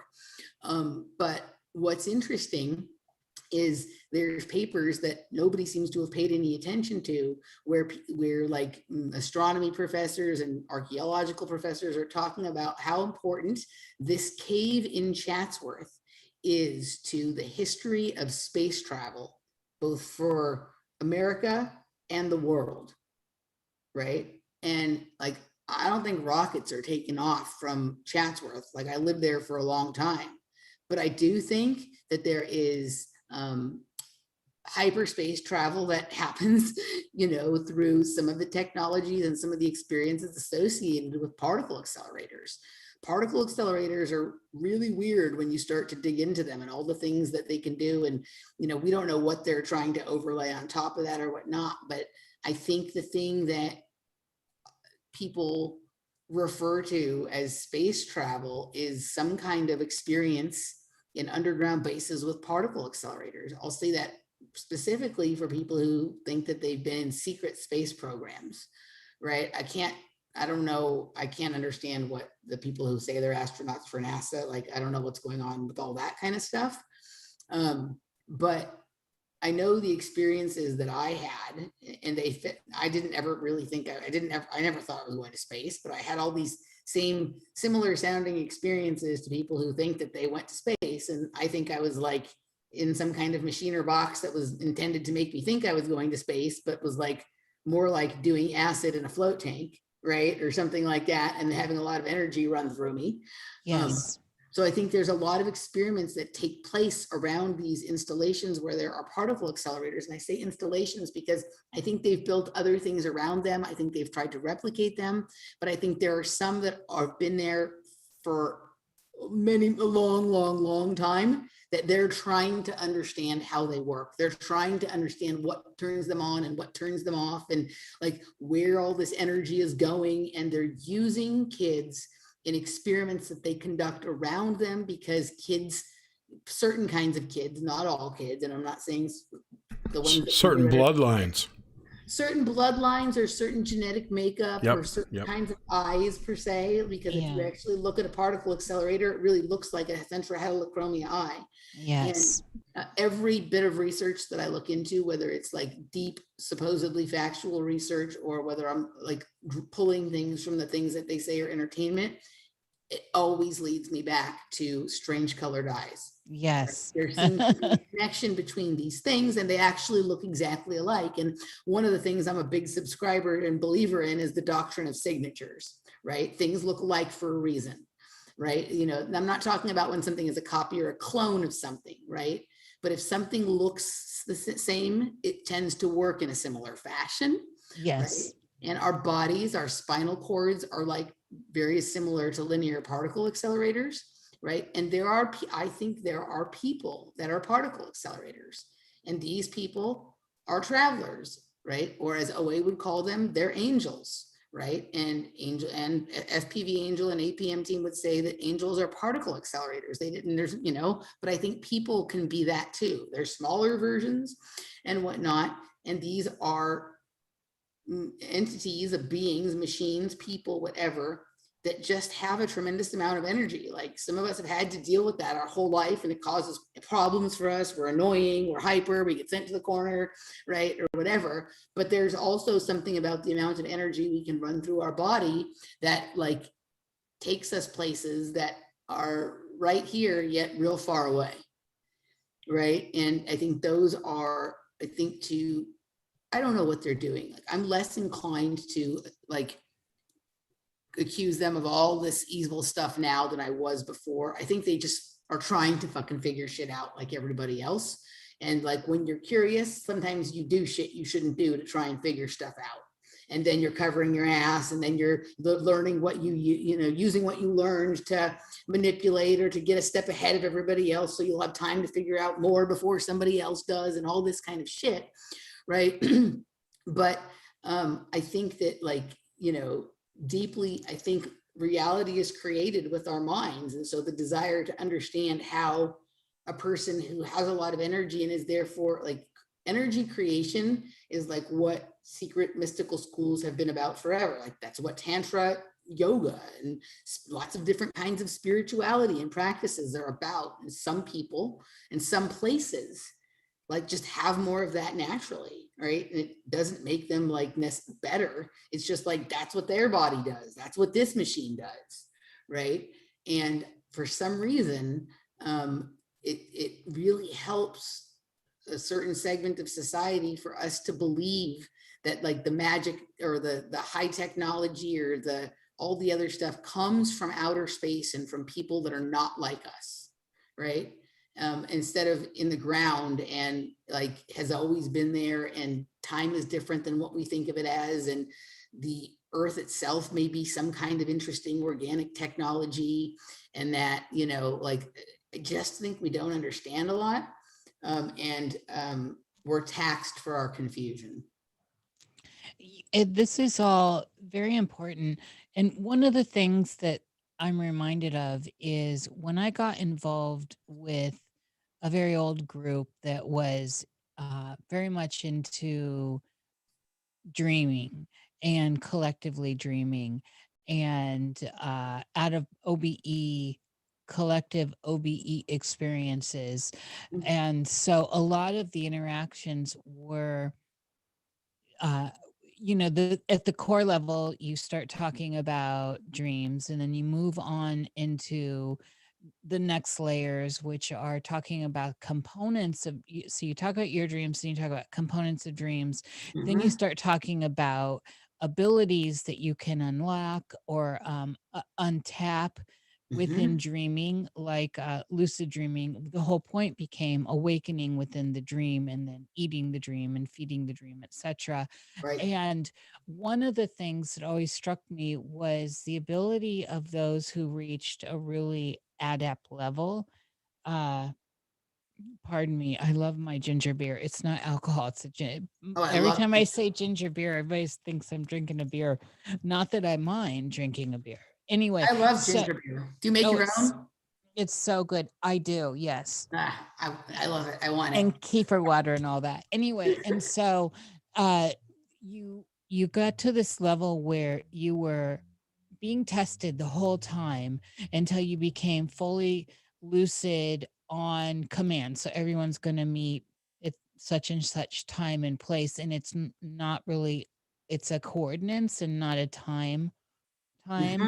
Yep. And so you started developing these relationships with other people that have these abilities. And then it became, and then this is where the fun is, it became like Lost Boys, where you're carousing the dreamscape or carousing the dreamscape, and you're the one, you can spot the other people that are lucid, or you can create lucidity within someone when you're interacting. There, as the way I've always understood it too, is there's like personal ethics. So this transcends sphere of control, i.e. where we are now. So there are just like things that seemed realistic that you could do and should do or should not do. And fucking with people is at least according to that group was not a good thing. So but you could, in the Lost Boys paradigm, you know, you're flying in and you're going into, you know, they're out there on the beach, and moving around, technically the sleepers, right? Because they're the awake ones. The vampires in that movie are the awake ones, and the rest are just whom they feed upon. And so, and then of course, whoever is going to be targeted and then brought into that brotherhood, sisterhood, fraternity, whatever you want to call it. So this is at work and this is at play.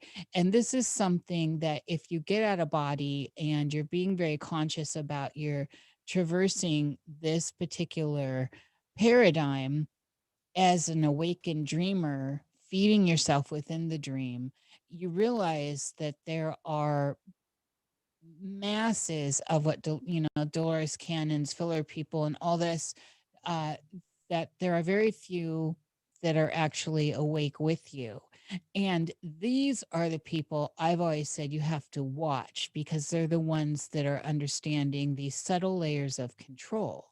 Yeah. And because if everyone else is having dream time, but they're not aware they're dreaming, it's just the natural process taking place. And you have dreamers that are awake and conscious and at that 0 point of gravity. A lot of times there's an awakening of the switchboard, your meridian system, Mm-hmm. and the way you play a chakra system, which is not always just from root to crown, right? Nope. These are intoning uh, exercises. So you realize that there's a lot of power within the dreamscape. And this is before we start talking about sim reality. And for me, where the bleed over was happening was, well, I started to be very confused with what seemed like real life and what was this dream life I was having that was very intense and very Mm-hmm. specific and very real. And I was starting to have issues with the bleed over. Now, this is before we hit into the 2000 period. And then there were these big cosmic shifts that happened. If you remember the harmonic convergence in 2012 and all this stuff, series of celestial events, whatever they are, but as we know, they are significant when we have eclipses and all that, Yeah. started to shift the collective. And so now with augmented reality, I personally sometimes am confused with where I think I am. And it doesn't matter where I am. Even when I knew I was dreaming and I was being lucid and OBE, I could still hurt myself. There were still laws there.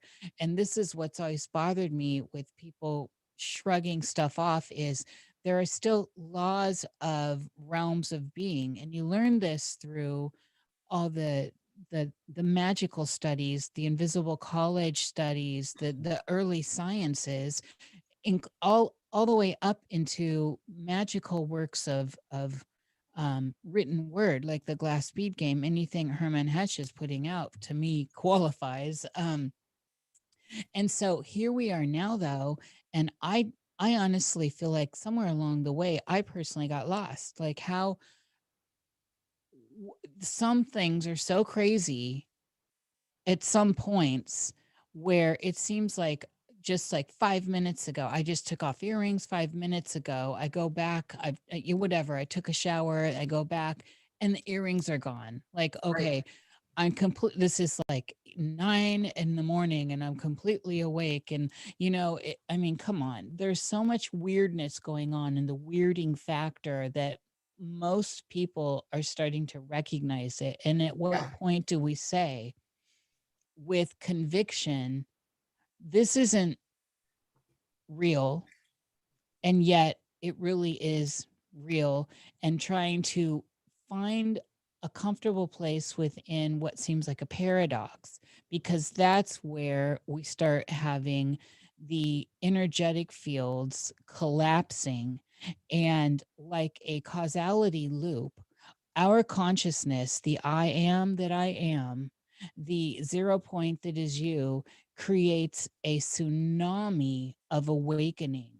But at this point where we are, where everything's breaking down, it feels like this is the breaking down of a dam, that all of a sudden this will be, this big event that I think everyone feels like is happening, that feels to me like a spiritual event, because that's the way I think, because I think synchronistically and things are connected through meaning, and meaning does for me have a higher power. And so that's where I'm at with all this that you've just said. Like, what? it's even more of what the fuck is going on. All of this stuff we've been talking about for years is deepening now. It's not getting thinner. It's becoming more complex. Totally. So everything you just said, yes. I'm going to try and there was a bunch of stuff there that I'm. I know. I always do this to you, Em. Okay, so I'm going to see if I can hold. I should have written some down, but I'm going to see if I can hold them all. So first of all, when you were describing spotting the others, right? Like Yes, when yes. you come awake in the dream and you look for the others that are awake. That's what. So when I am out and about, I am looking for other people that are playing the glass bead game.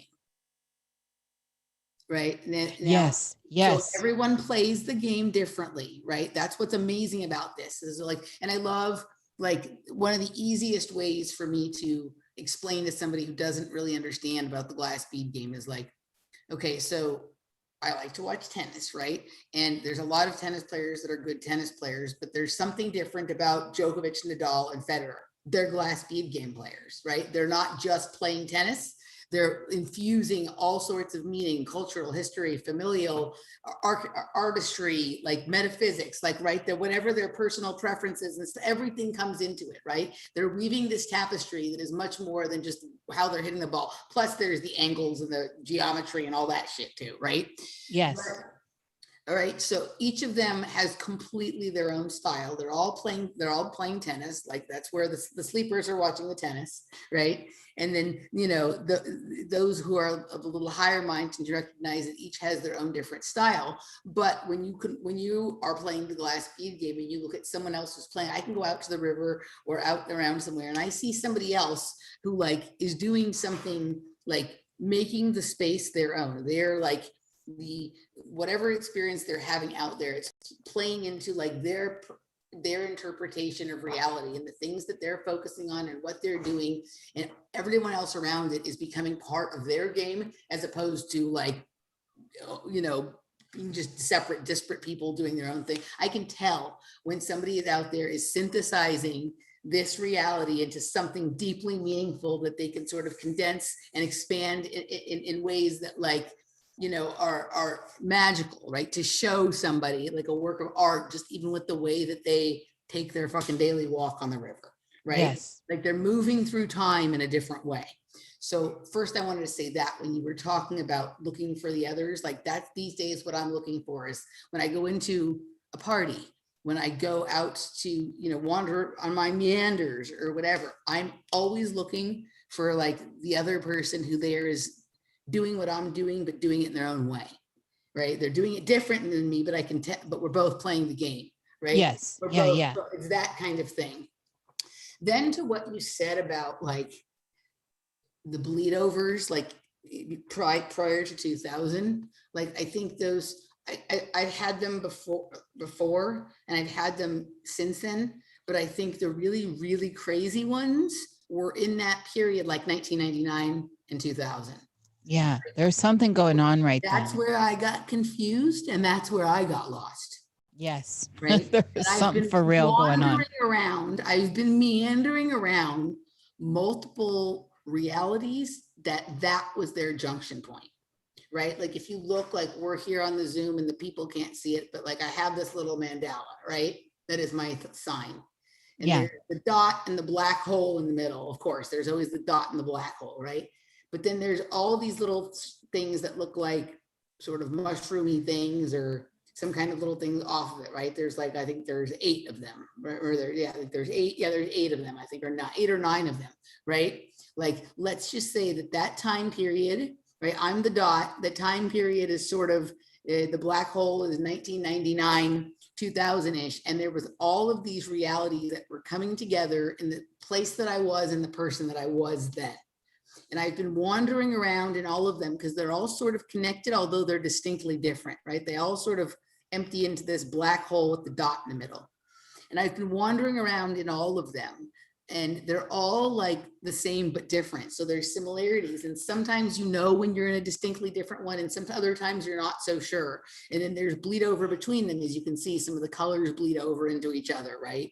You know, from what we're looking at. Yes. And I didn't understand at a certain point that I was dealing with different times, different dimensions, different layers of reality, different places where timelines converge. Like I've been having this experience here where like these memories that I couldn't tell if they were from the dream or like if I was dreaming or if I like had some experience like when I was under mind control or drugged or what was going on or if I was bleeding through from another reality. I'm starting to recognize as I go through and have experiences here right now that some of the memories from back then were of what is happening now.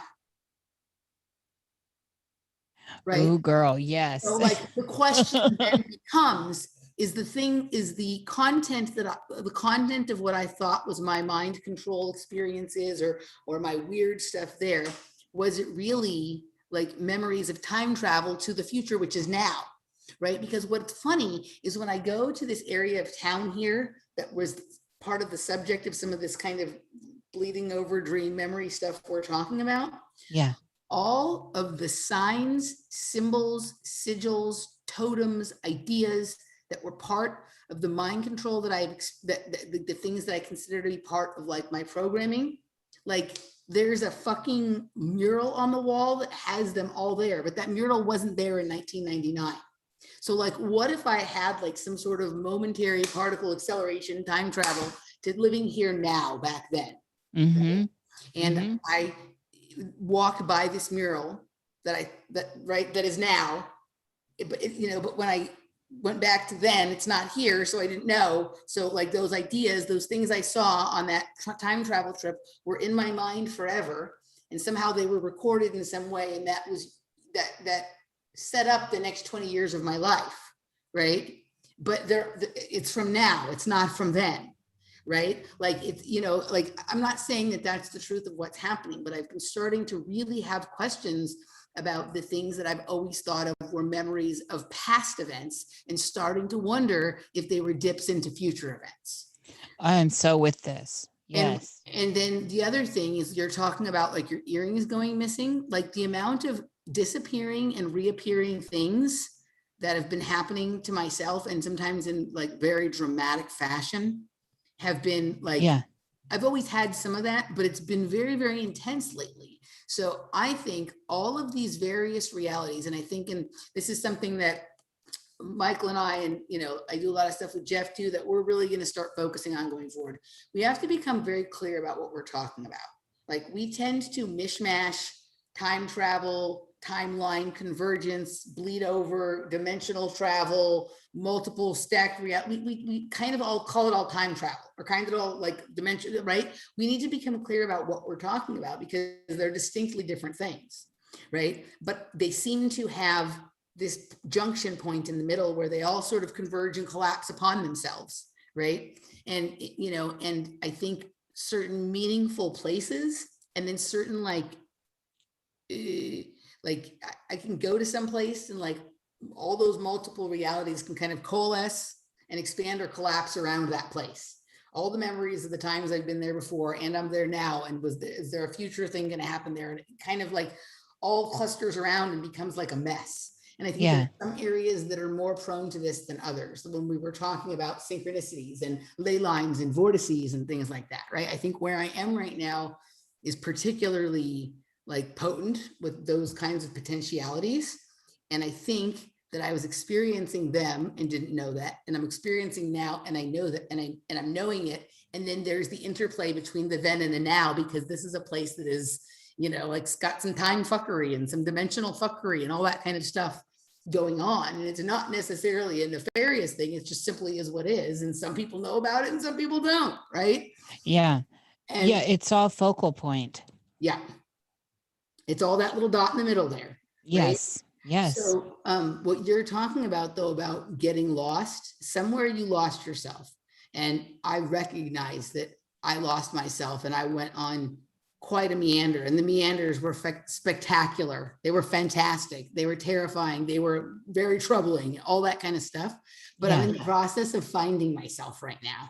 Like the fractals are reorganizing inside of myself, and it doesn't mean I can't send them out on meanders anymore, but like I'm starting to find my center, right? And be able to wander off without getting lost anymore.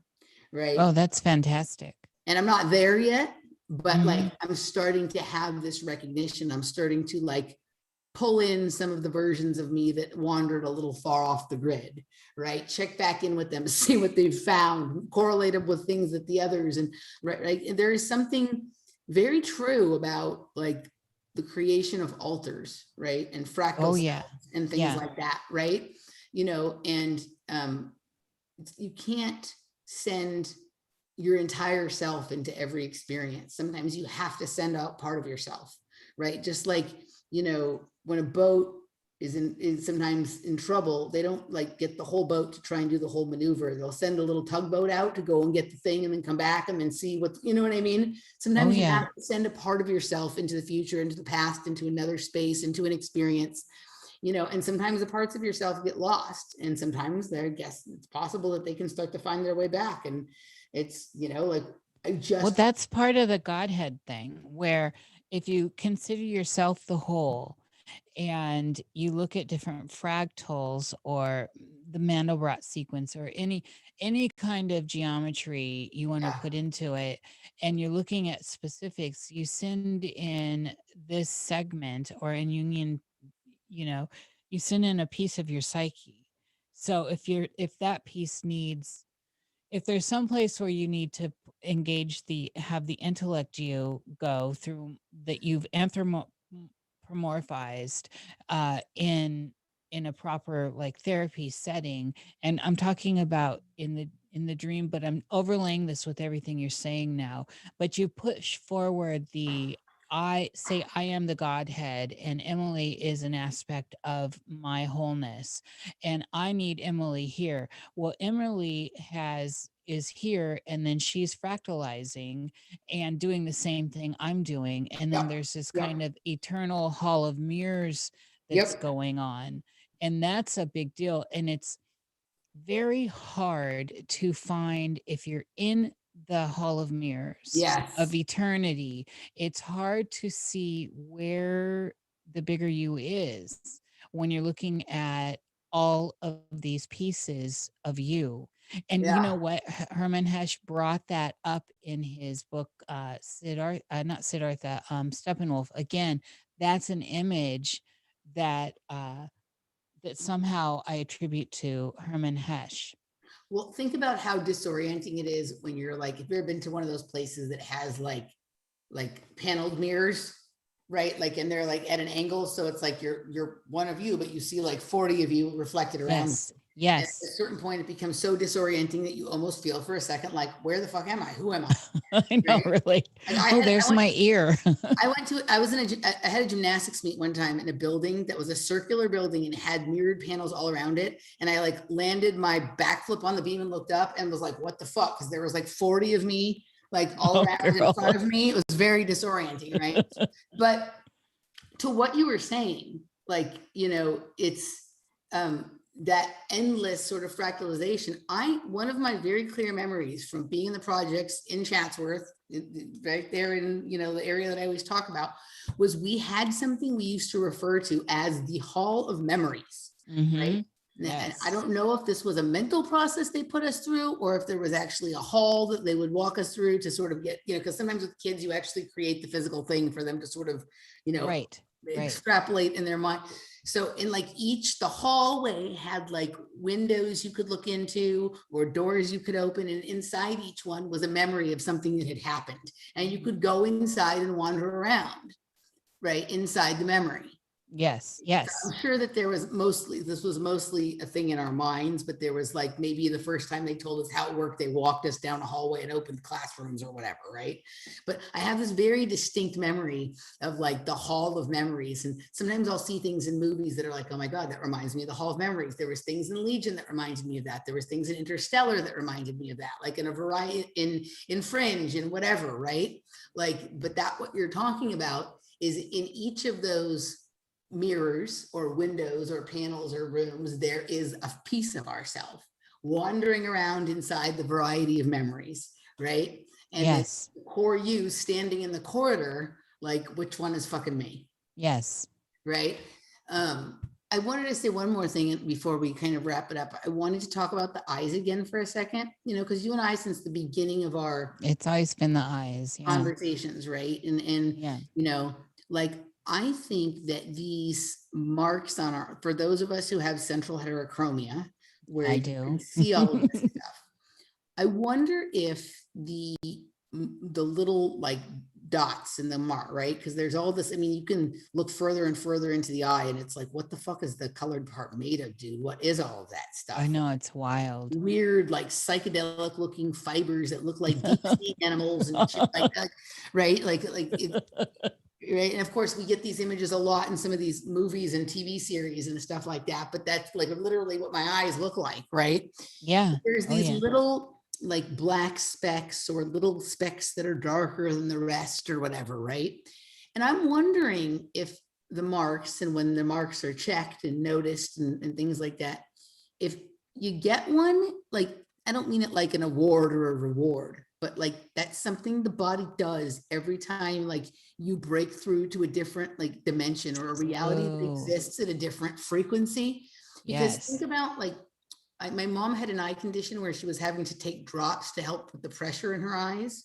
Like the eyes, like pressure in your eyes is a big thing, right? Yes. And it's glaucoma. Right. She had something she was doing though to help with the pressure. I don't know if she didn't have glaucoma. She had something else, but there was always worries about the pressure and permeability and all this kind of stuff, right? My mom spent a lot of years going to the Jules Stein Institute. I don't know if you're familiar with this, but if you look at even the logo, right, and that's at UCLA, of course, where all the nonsense goes on for my family and whatever, right? But I wonder if every time you've sort of breached another layer or dimension, right, like it's like it's like a scar, like, or a souvenir, or the evidence is on the eye, right?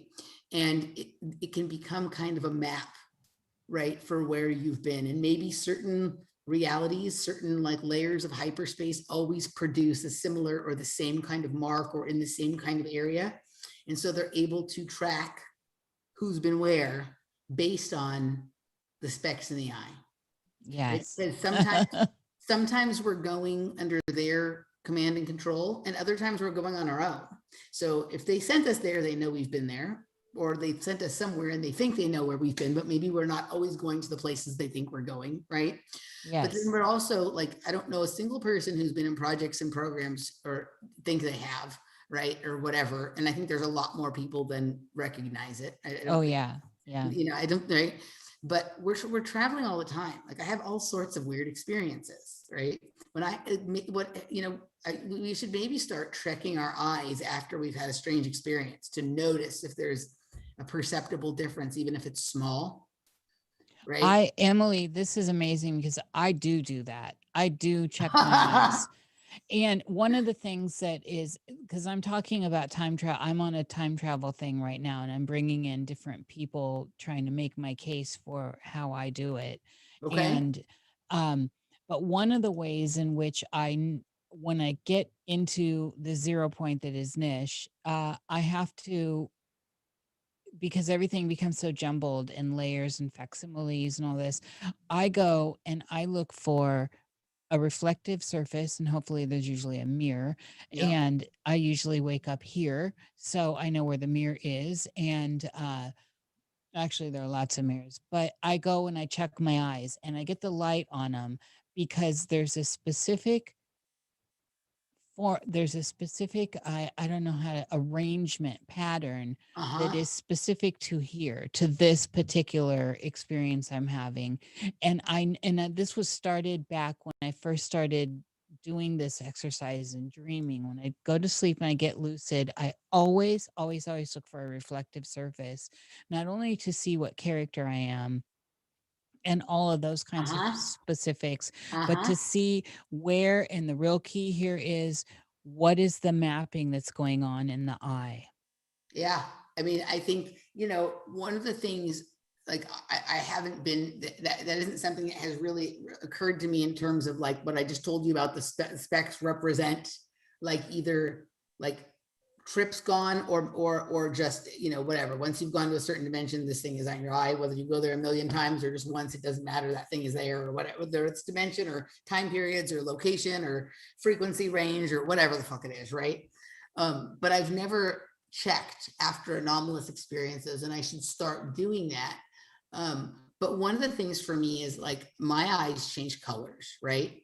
And I've even had people sometimes remark on it in the middle of of what would be like a stressful experience, and it could be a good stressful experience or a bad one, right? Or not good or bad, but just weird or whatever. Like I've had people say, "Whoa, your eyes just changed," right? Yeah. They Yes. were gray a Yes. second ago, and now they are bright green. And mine go like gray, green, blue, sometimes almost hazelish looking, some Yeah. combination thereof, right? Yeah. So Same like I here. wonder about that as well. And that's a harder thing to track on yourself because you're not looking at your eyes all the time. But I'm going to maybe start noticing, I'm going to maybe start paying a little bit more attention to what my eyes look like when I'm having the realization that I'm having some kind of anomalous experience, whether it be dreamscape or what I think of might be dimensional or time travel or whatever. Yeah. Whatever it Yeah. is. Yeah. It's one of the ways I'm starting to map out the time travel grid of what I'm understanding through timelines, through genealogies, Yeah. through bloodlines that are also psychic lines, which are known as ley lines, and all of this stuff as it's now starting to layer upon. It's everything's kind of layering upon or breaking down in a weird way to restructure in the end, I think. But I am desperately tracking all these different moves and modalities, and the eyes are definitely, again, as always, as we keep discovering, Emily, at the heart of so much. Yeah. Let's sometime, whether we do it as a recording or just on our own, let's go through and just sort of like clarify the different types and styles of travel, right? What are we calling time travel? What are the various methods? What are the various kinds? What is dimensional travel? How is that different? How is that the same? The various ways to do it. What is like timeline splicing or convergence? Because these are all like variation. They're all different things, but with certain similarities. And I think it would be interesting to sort of like clarify, and then you're conducting your experiments, I can conduct mine, but then we'll be able to do a better job of comparing notes if we're understanding certain things as one classification of experience versus another. Right. We get the baselines down. I'm always for that. And this whole thing with time traveling that I'm doing specifically right now is working with bloodline. And it's, and there are a lot of really easy hits and misses. And this is why for some people that don't have their genealogy, it's, I hear you typing, Jerry. For some people who don't have their genealogy. That's how Jerry time travels. He types himself together. Someone has to keep an eye on this rowdy chat over here. So, well, I'm just agreeing. Let's powwow this out, of course. All right. I want to throw something out here too. So I also have black spots in my iris. And I talked to my doctor about it last time I got my eyes looked at. Mm-hmm. And he told me it was an aneurysm. Yeah, I've heard that. Not like in your brain, but it's an aneurysm in that tissue. Yeah. Right. But it would be interesting, okay, so what's an aneurysm? A black spot in your iris. I don't know. It's a blood. Yeah. It's not a blood thing. It's just. An aneurysm is also caused by a buildup of pressure. Yeah. Right. Yeah, but I think the term means something medically different when it's in your eye versus like in your brain. Yeah, I mean, I think it probably does, but I think you maybe just made case that you're a more interesting traveler than you let yourself be, that you let us think you are. Right? No, I am not doubting your theory at all. I'm just giving you the exoteric version of what that is and what I've been told. The other interesting thing about it is I only have it in my right eye. And it prevents my pupil from opening as much as my left eye's pupil. No, that's fascinating because I think the pupils are really interesting. Like I had my first big discovery on well, first when you're little, like your eyes dilated, and that's kind of a wild. It's like your first psychedelic experience, right? And then the first, I had this experience one time. Like I tried Special K, voluntary. I was dosed with Special K another time that I just talked about in the show recently, but the first time I tried it, it was voluntary, right? And it was like the weirdest experience. And I couldn't, like, it felt like things were moving close and go farther away and close and far, and depth perception was off. And so, yeah, it's fucking weird, right? So then a few weeks later, I was around people who were doing K, but I wasn't doing it. But I noticed when they were on it, this weird thing was happening in that one of their pupils would get big at the same time the other got small, and they would switch. Right. So like when the right one was big, the left one was small, and then the left one would get big and the right one would get small. And that's what was fucking with depth perception. Right. That's interesting. And so they've become unstuck in time. Right. Well, think about all the weird stuff going on with like use of K for like certain kinds of therapy right now. And like the way that K sort of became popular in the rave scene, in certain kinds of club scenes, where there's also a level of this kind of stuff mixed in with it, right? But you know, I think the pupils are like personal black holes, right? And if your black hole is restricted, Jerry, then that explains a lot of things. It's not restricted. I mean, I can have my eyes dilated. I'm saying in certain situations, like twilight, for instance, my right eye won't open, the pupil won't open as much as the left eye, so I get blurred vision out of my right eye. Very interesting. I'm just fucking with you, Jerry, because it's fun. But think about that. Like twilight is a period where like there's a certain class of mystical experiences that happen at twilight. Others happen, you know, at certain points, dawn, dusk, you know, whatever kind of thing. The liminal times. If the way that you're perceived, like if your perception is altered during those times, the way you experience some of the mystical happenings may be different than the way we do. They may be more interesting or different or whatever, right? So that is an interesting anomaly. There's also like, you know, I've looked in some, like my friend Anne, who was my nutrition mentor, she was also an iridologist, and there is something to that. But the markings that I'm talking about on people with certain kinds of central heterochromia look very different than people who just have a lot of stuff going on in their eyes based on health issues. And that's like what iridology sometimes can look at as well, right? So the eyes are interesting. The eyes are like very, very, I think they might be our most unique like organ or body part or something. I think they're one of the keys to understanding and unlocking so much more. And as you know, when I was set loose, the eye thing was a big deal and I've told these stories on your show, but being pulled aside and having my eyes looked at and all that was always so provocative. You know, the memories are provocative too, but the whole idea of it, that there's something else going on here, and we know there is, and we understand the idea of how light dances and works and what it is. And, well, we think we do, and we understand the blackness of the brain and the optic nerve and the back of the brain, where all that is upside down in like a stamp size image of this 3D terrain in which we're finding ourselves stomping around in. We don't really know what the brain is receiving through the eyes. Well, one of the things I loved in one of my neuroscience classes was the idea of if you can see it, it's touching you. So like the idea of light through the optic nerve, how it's actually penetrating your optic nerve.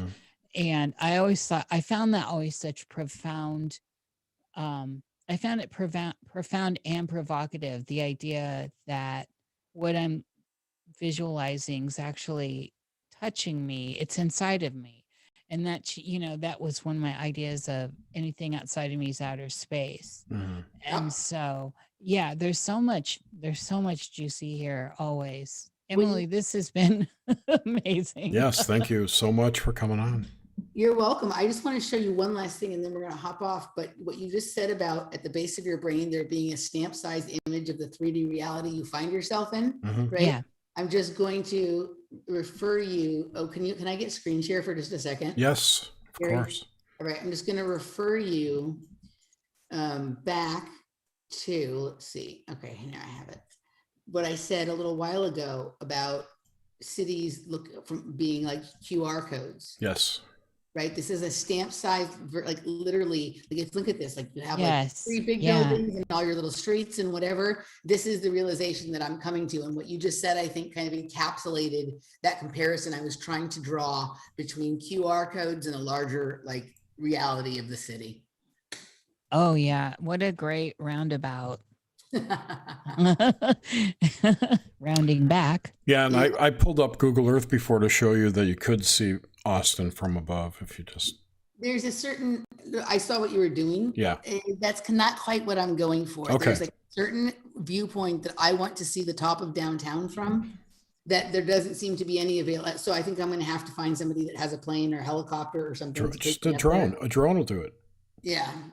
A drone, I guess. I don't think in terms of drones. Yeah. Yeah, you should Google or look on YouTube for drone footage of Austin. I'm sure you'll find some. I guarantee you will. Yeah. All right. All right, guys. Well, thank you so much. I put your links in description so you don't have to plug anything. And we talked about your other shows. So thanks everyone for coming tonight and listening. I think this was our most viewed show. We had over 70 people at some point. Awesome. Yeah. Thank you. Thank you guys for hanging out. And yeah, I would love to chat with you guys. Thank you to the people in the chat room. I hope you enjoyed it. Hope it was entertaining. And I'm not sure who's on next week, but I'll get somebody. All right. Thank you, Jerry and Emily and everyone out in the chat. Yeah. Thanks everyone. And we'll see you next week. Have a great week.